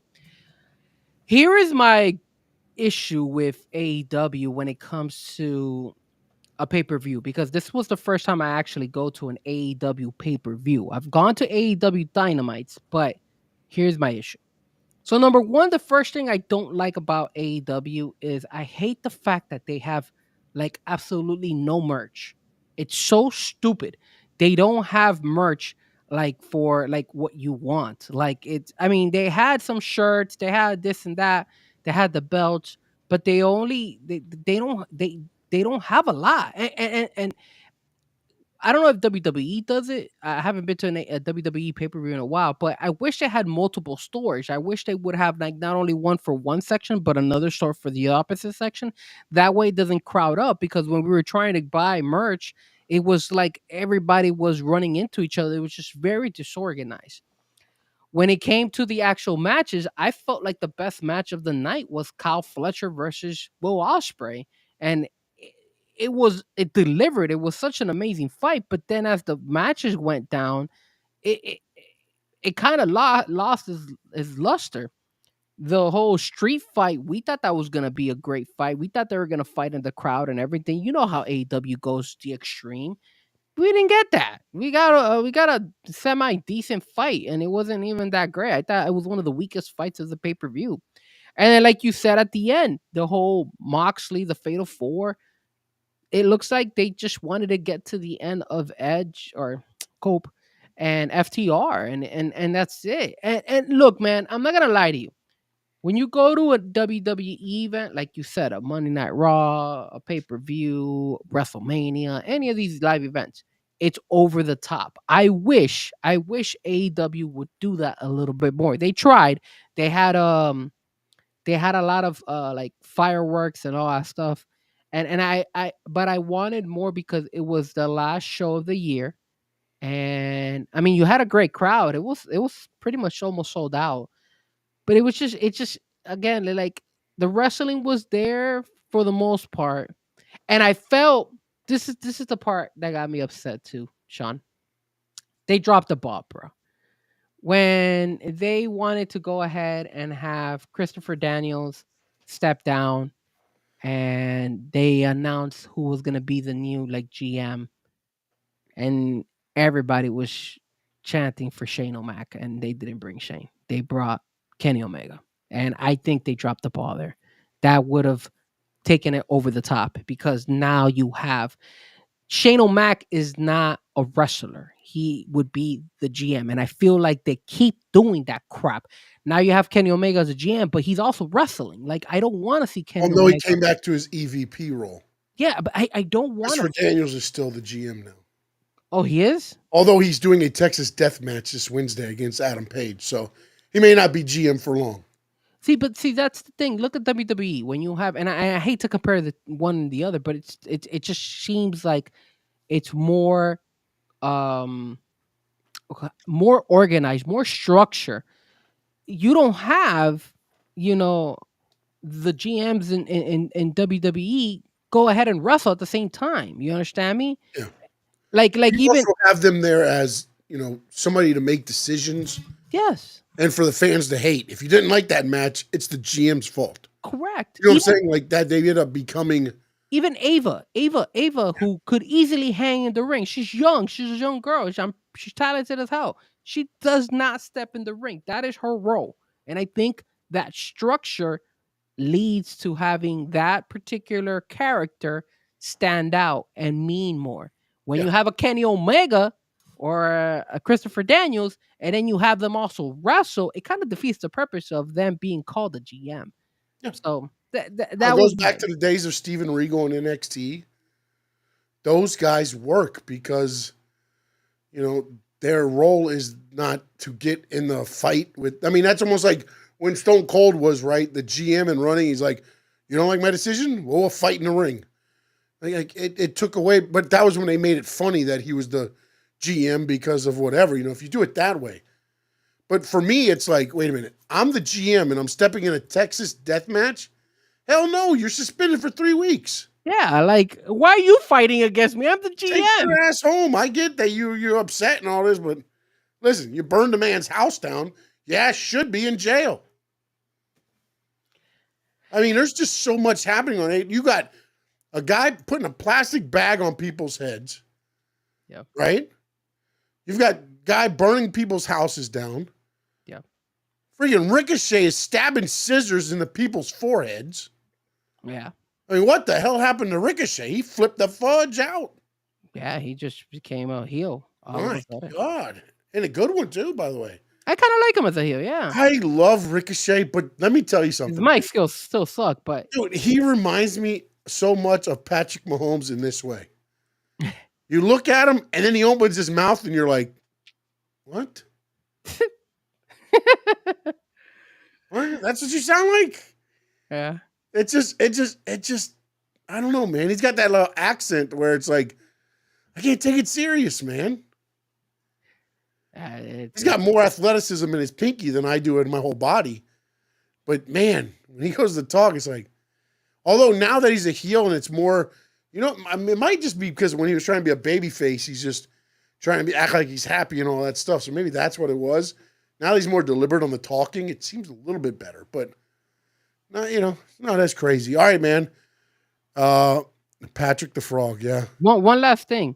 Oh yeah, go ahead. I'm sorry. What happened with this Chris Jericho embarrassing match, bro? Because they were talking about it. It was trending out there that Chris Jericho was pretty bad on Collision. Oh, it's terrible. It was terrible. You got to go watch it. I can't even explain it, bro. How bad? Dax was doing a diving headbutt. Jericho couldn't get the belt over in time, so really he poked Dax in the forehead and got the pin. Wow. Well, no, Dax, to his credit, they refed back up and he hit him with the belt. But I did see that. Yeah. So it's just, again, man, this is the thing where, look, I love Jericho. I love how he's reinvented himself. I don't need to see him wrestle on Dynamites and Collisions. Save him for the pay-per-views. Make him. That's what you got Big Bill and freaking the Bad Apple for. Have them wrestle every freaking night. Not Jericho, man. Jericho's reinvented himself so damn much. Oh, Jesus. The Mahomes, the Kermit mashups are awesome. Kermit the Frog, Patrick Mahomes, and Ricochet. It's crazy, man.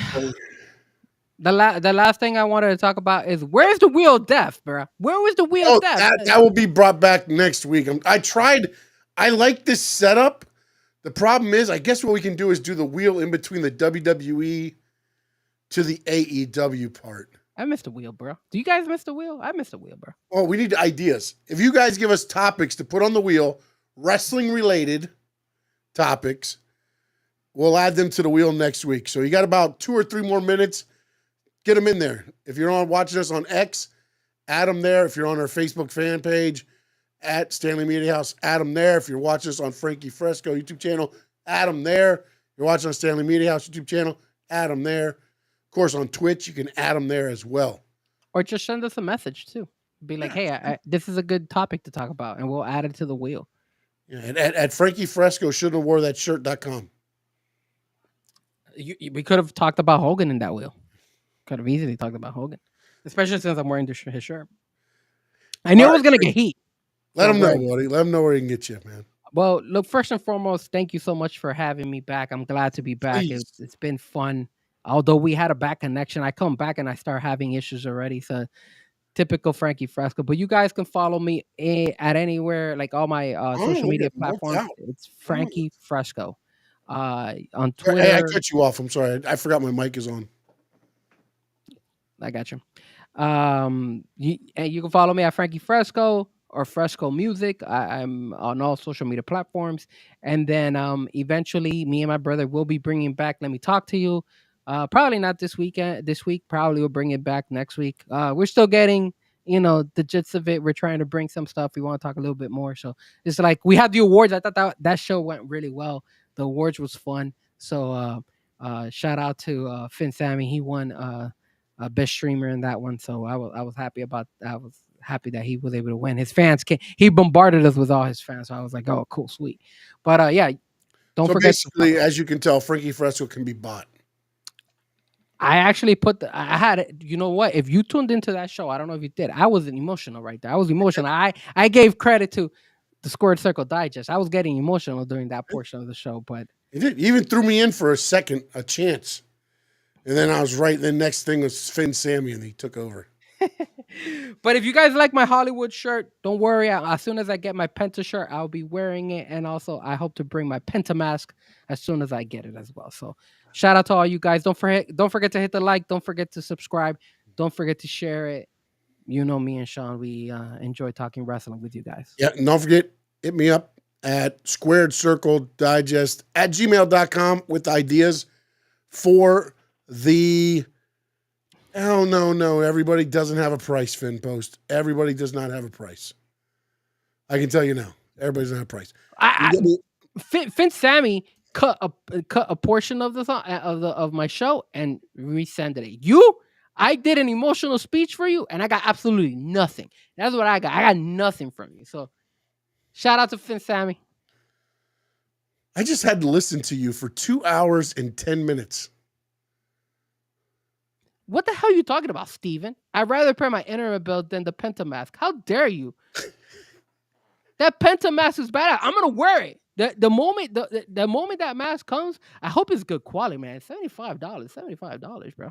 But it better be good quality. That's all I gotta say. Damn it, man. Sean, if it's a crappy quality, I'm gonna send it to you. Wow, thanks. And then I'll cut out this piece right here. I'll cut out when I'm wearing the mask. And I'll play that. How about that? You know what? We could do a show with you wearing a Penta mask, and I have my Penta mask. I got my Evil Uno mask. You have an Evil Uno mask? Yeah. I had no idea you had an Evil Uno mask. Where did you even get that Evil Uno mask? Definitely not the AEW store, because they never sell anything. Damn, that's a month worth of internet. That is true. I'm not gonna lie. It is kind of pricey. Wait, what size Evil Uno mask? That looks like a small, Sean. Where did you get that Evil Uno mask?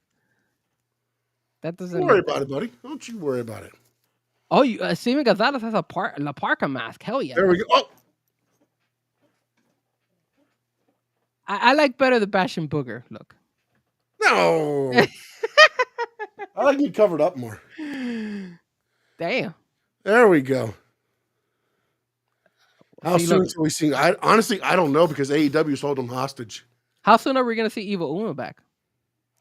I don't know. Have we seen them in a while? Aren't they canceling Ring of Honor? I think they're no way, man.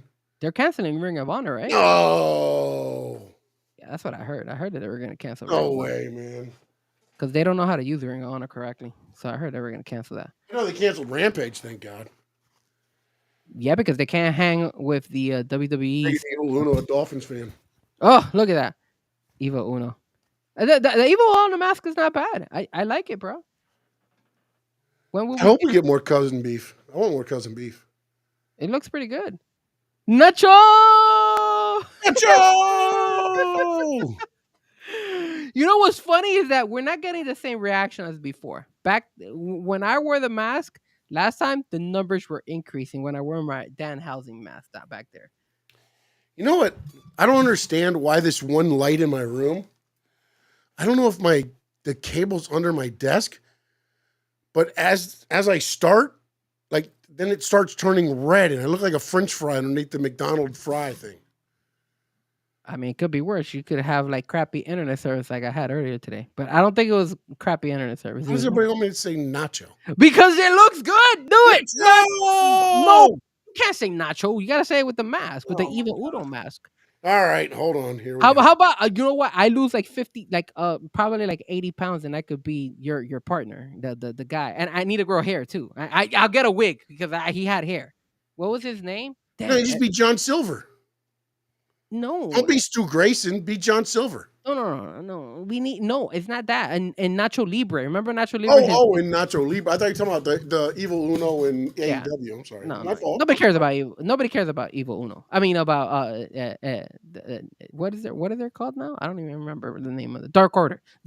No, what was that, guys? What was the name of the skinny guy with Nacho Libre? What was his name? Fuck, damn it!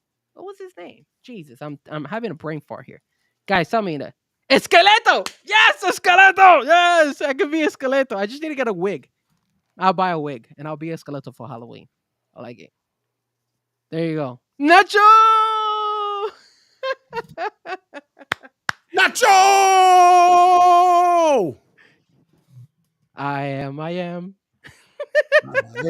Remember that song? That was a song, girl. Esqueleto, bro. It's a pain in the ass to get it on and off. Where did you get that Evil Uno mask? I like it, bro. I had it for a little while, man. I had it pinned right up on my little wall right here, watching me. I didn't even notice it. Yeah, That's it's pretty right cool. there all the time, watching over me. I like it. I'll wear the Penta mask when I get the new one. Yeah, we'll do the whole show this way under mask. Evil Uno versus Penta. I don't even think they ever had that match, but whatever. No, it'd be too good. Tony Be too Zags. good. Nacho! Telling you, man. You should have done the show the whole time with the mask on. I think we would have gotten a lot of people giving you kudos for it. The mask. Yeah, you think so? It definitely hides my good side. I think it makes you look better.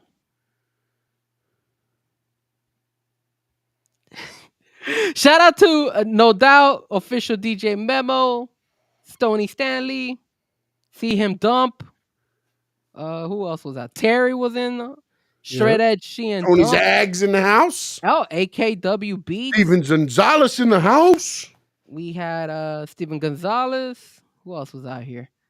We had Finn's Post in the house. Finn's Post. No Doubt in the house. John Rosa was in the house chilling with Chase. Chilling with Chase was cool. I like him. A lot of new names today, man. I'm so grateful. We appreciate everybody. Keenan Dion. Keenan Dion, appreciate you. Yeah, he was on there. What else? Rainy Day Pod. Yeah. Oh, I wonder if that was Adrian.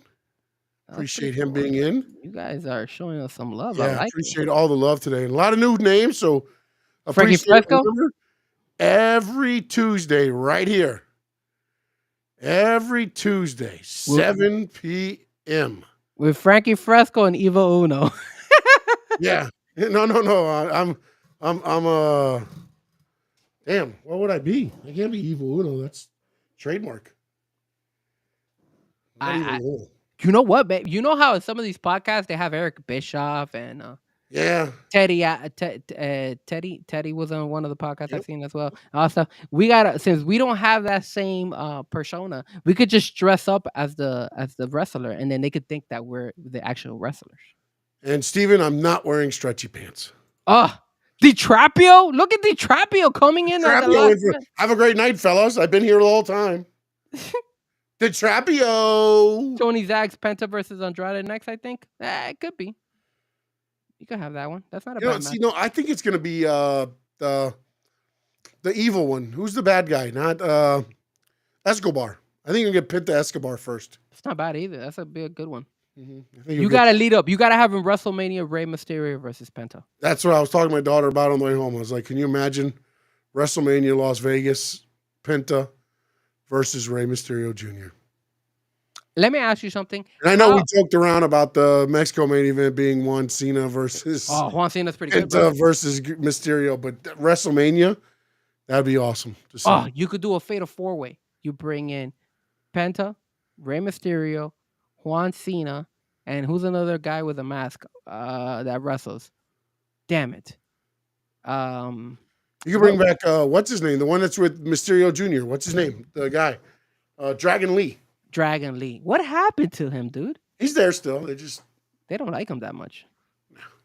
I don't think they like Dirty Dom. Yeah, but Dirty Dom doesn't have a mask. He could wear one of his dad's.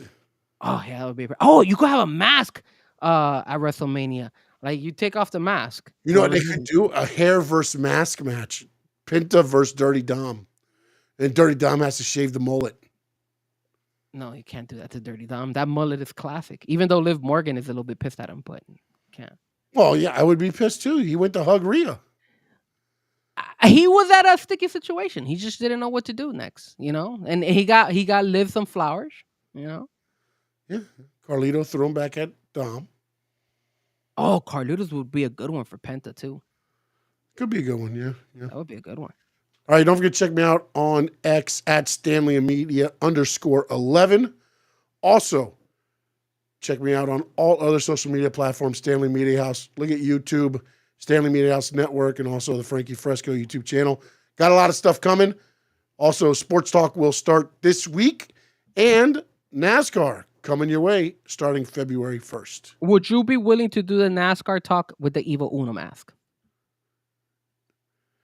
I'll do all the time. As long as, look, I want it to be known now. I am not Evil Uno. Well, the viewership is increasing. I don't want that. I want this to be known. Evil Uno is more entertaining, better wrestling, everything than me. I just lucked into getting this mask. That you look like no And- man. You're Evil Uno, bro. And I love it. I love this mask. I like having Evil Uno as my co-host. I like it. Well, Evil Uno likes having you as his co-host. Evil Uno. I wonder how long. I wonder how hard is it to breathe into that mask, bro? Not bad at all. Look, the mouthpiece is pretty wide. I mean, that's the whole mouth right there. I don't have it tied. When I tie it, it'll be. But you also have to remember, when I wrestled, my mask was straight black. Like there was no eye holes, no nothing. Wait, you used to wrestle with a mask? Yes. Oh, I didn't know that. Do you have a photo of that when you had a mask? If you look up, I don't think you'll find a picture of me as the one of the guys. But if you look up the Blackhearts, they're a group that was managed by Luna. Okay. That was the tag team that I was a part of. The Blackhearts. Okay, I'm gonna look it up. Actually, one of them was Gangrel. Gangrel was one of the original Blackhearts. I'm assuming that when you had the mask on, that was when you were like at the top of your wrestling career, because they didn't have to see your face. You had the mask covering it. Hold on. What are you saying? Well, I'm not saying it's better for me to have my face covered. That'll give me more. Yeah, for taking shots at me, goddammit. Earlier when you were telling me about the Hollywood Hogan. Cero Miedo. You saw that he changed it. He put the Cero Miedo in here now. He used to go like this because it would be the M. But look, man, Evo Uno, bro, it's been fun. Thank you guys for tuning in. Did you look it up? Did you see him? No, I can't find him. I looked up the Blackhearts, and when I looked up the Blackhearts, Harts. Heart. Yeah, the Blackhearts. I spell it. I get like a rock group. Look up with Luna Vachon. Hold on, with Luna Vachon. Let's see, with Luna Vachon. Oh, okay. I think I found something. Hold on a second. Wait, is that really you? No, I'm saying that's the masks though. No way. Are you serious? That's how your mask was? Yeah. No way. Really? Yes. Hold on a second, guys. Let me see if I could share. Can I share this with you? I think we can. You gotta put it up there. I think we gotta put it up and then I can bring it up. All right, hold on a second. This is what I found. You tell me if this is legit. I'm trying to click on it, but I can't. There you go. There it is. That is the tag team, but that is not me. No, but that's the mask that you were wearing? Those are the masks I was wearing, yes. Oh, I like that the girl, the Luna Vachon, she's taking out her tongue. She's like, yeah. Wait, hold on a minute. Let me try to figure this out here. That would be pretty cool. The fans want to see it, sir. The fans want to see. Wait. Sean, hit me with the settle meal, and then Steven Gonzalez writes Encarnacion. Oh. All right, so here we go. You ready? Yeah, shows those masks. There it is. Oh yeah. Look at that. I like it. Those were the style of masks. They had no face, no holes or anything. Jesus, that must have been hard breathing under that mask, bro. It was terrible. That must have been rough, dude. And I remember I was in a ladder match in there. Like, if you start bleeding, make sure you rip a hole or something because you won't be able to breathe. You'll suffocate. Oh, well, that's just wonderful. It is what it is. Well, Thank you so much, Frankie Fresco, for being here. I like the girl. I like Luna. I don't know who she is.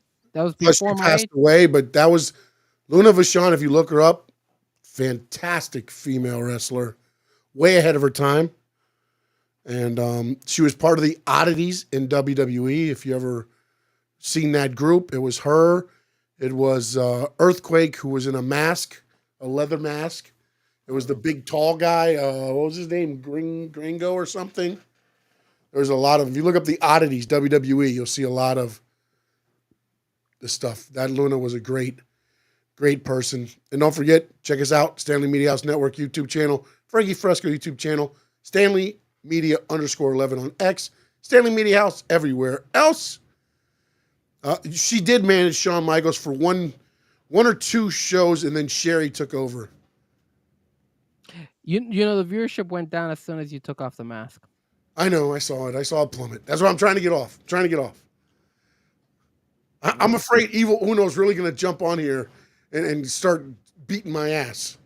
I'm worried. What are you talking about, man? I got your back, baby. I got your back. I'm back. Frankie That Fresh. worries me even more. And I'm gonna go eat me some eagle eggs because apparently they got magical powers. In the words of the great Gordon Soley, so long from the sun, shine, stay.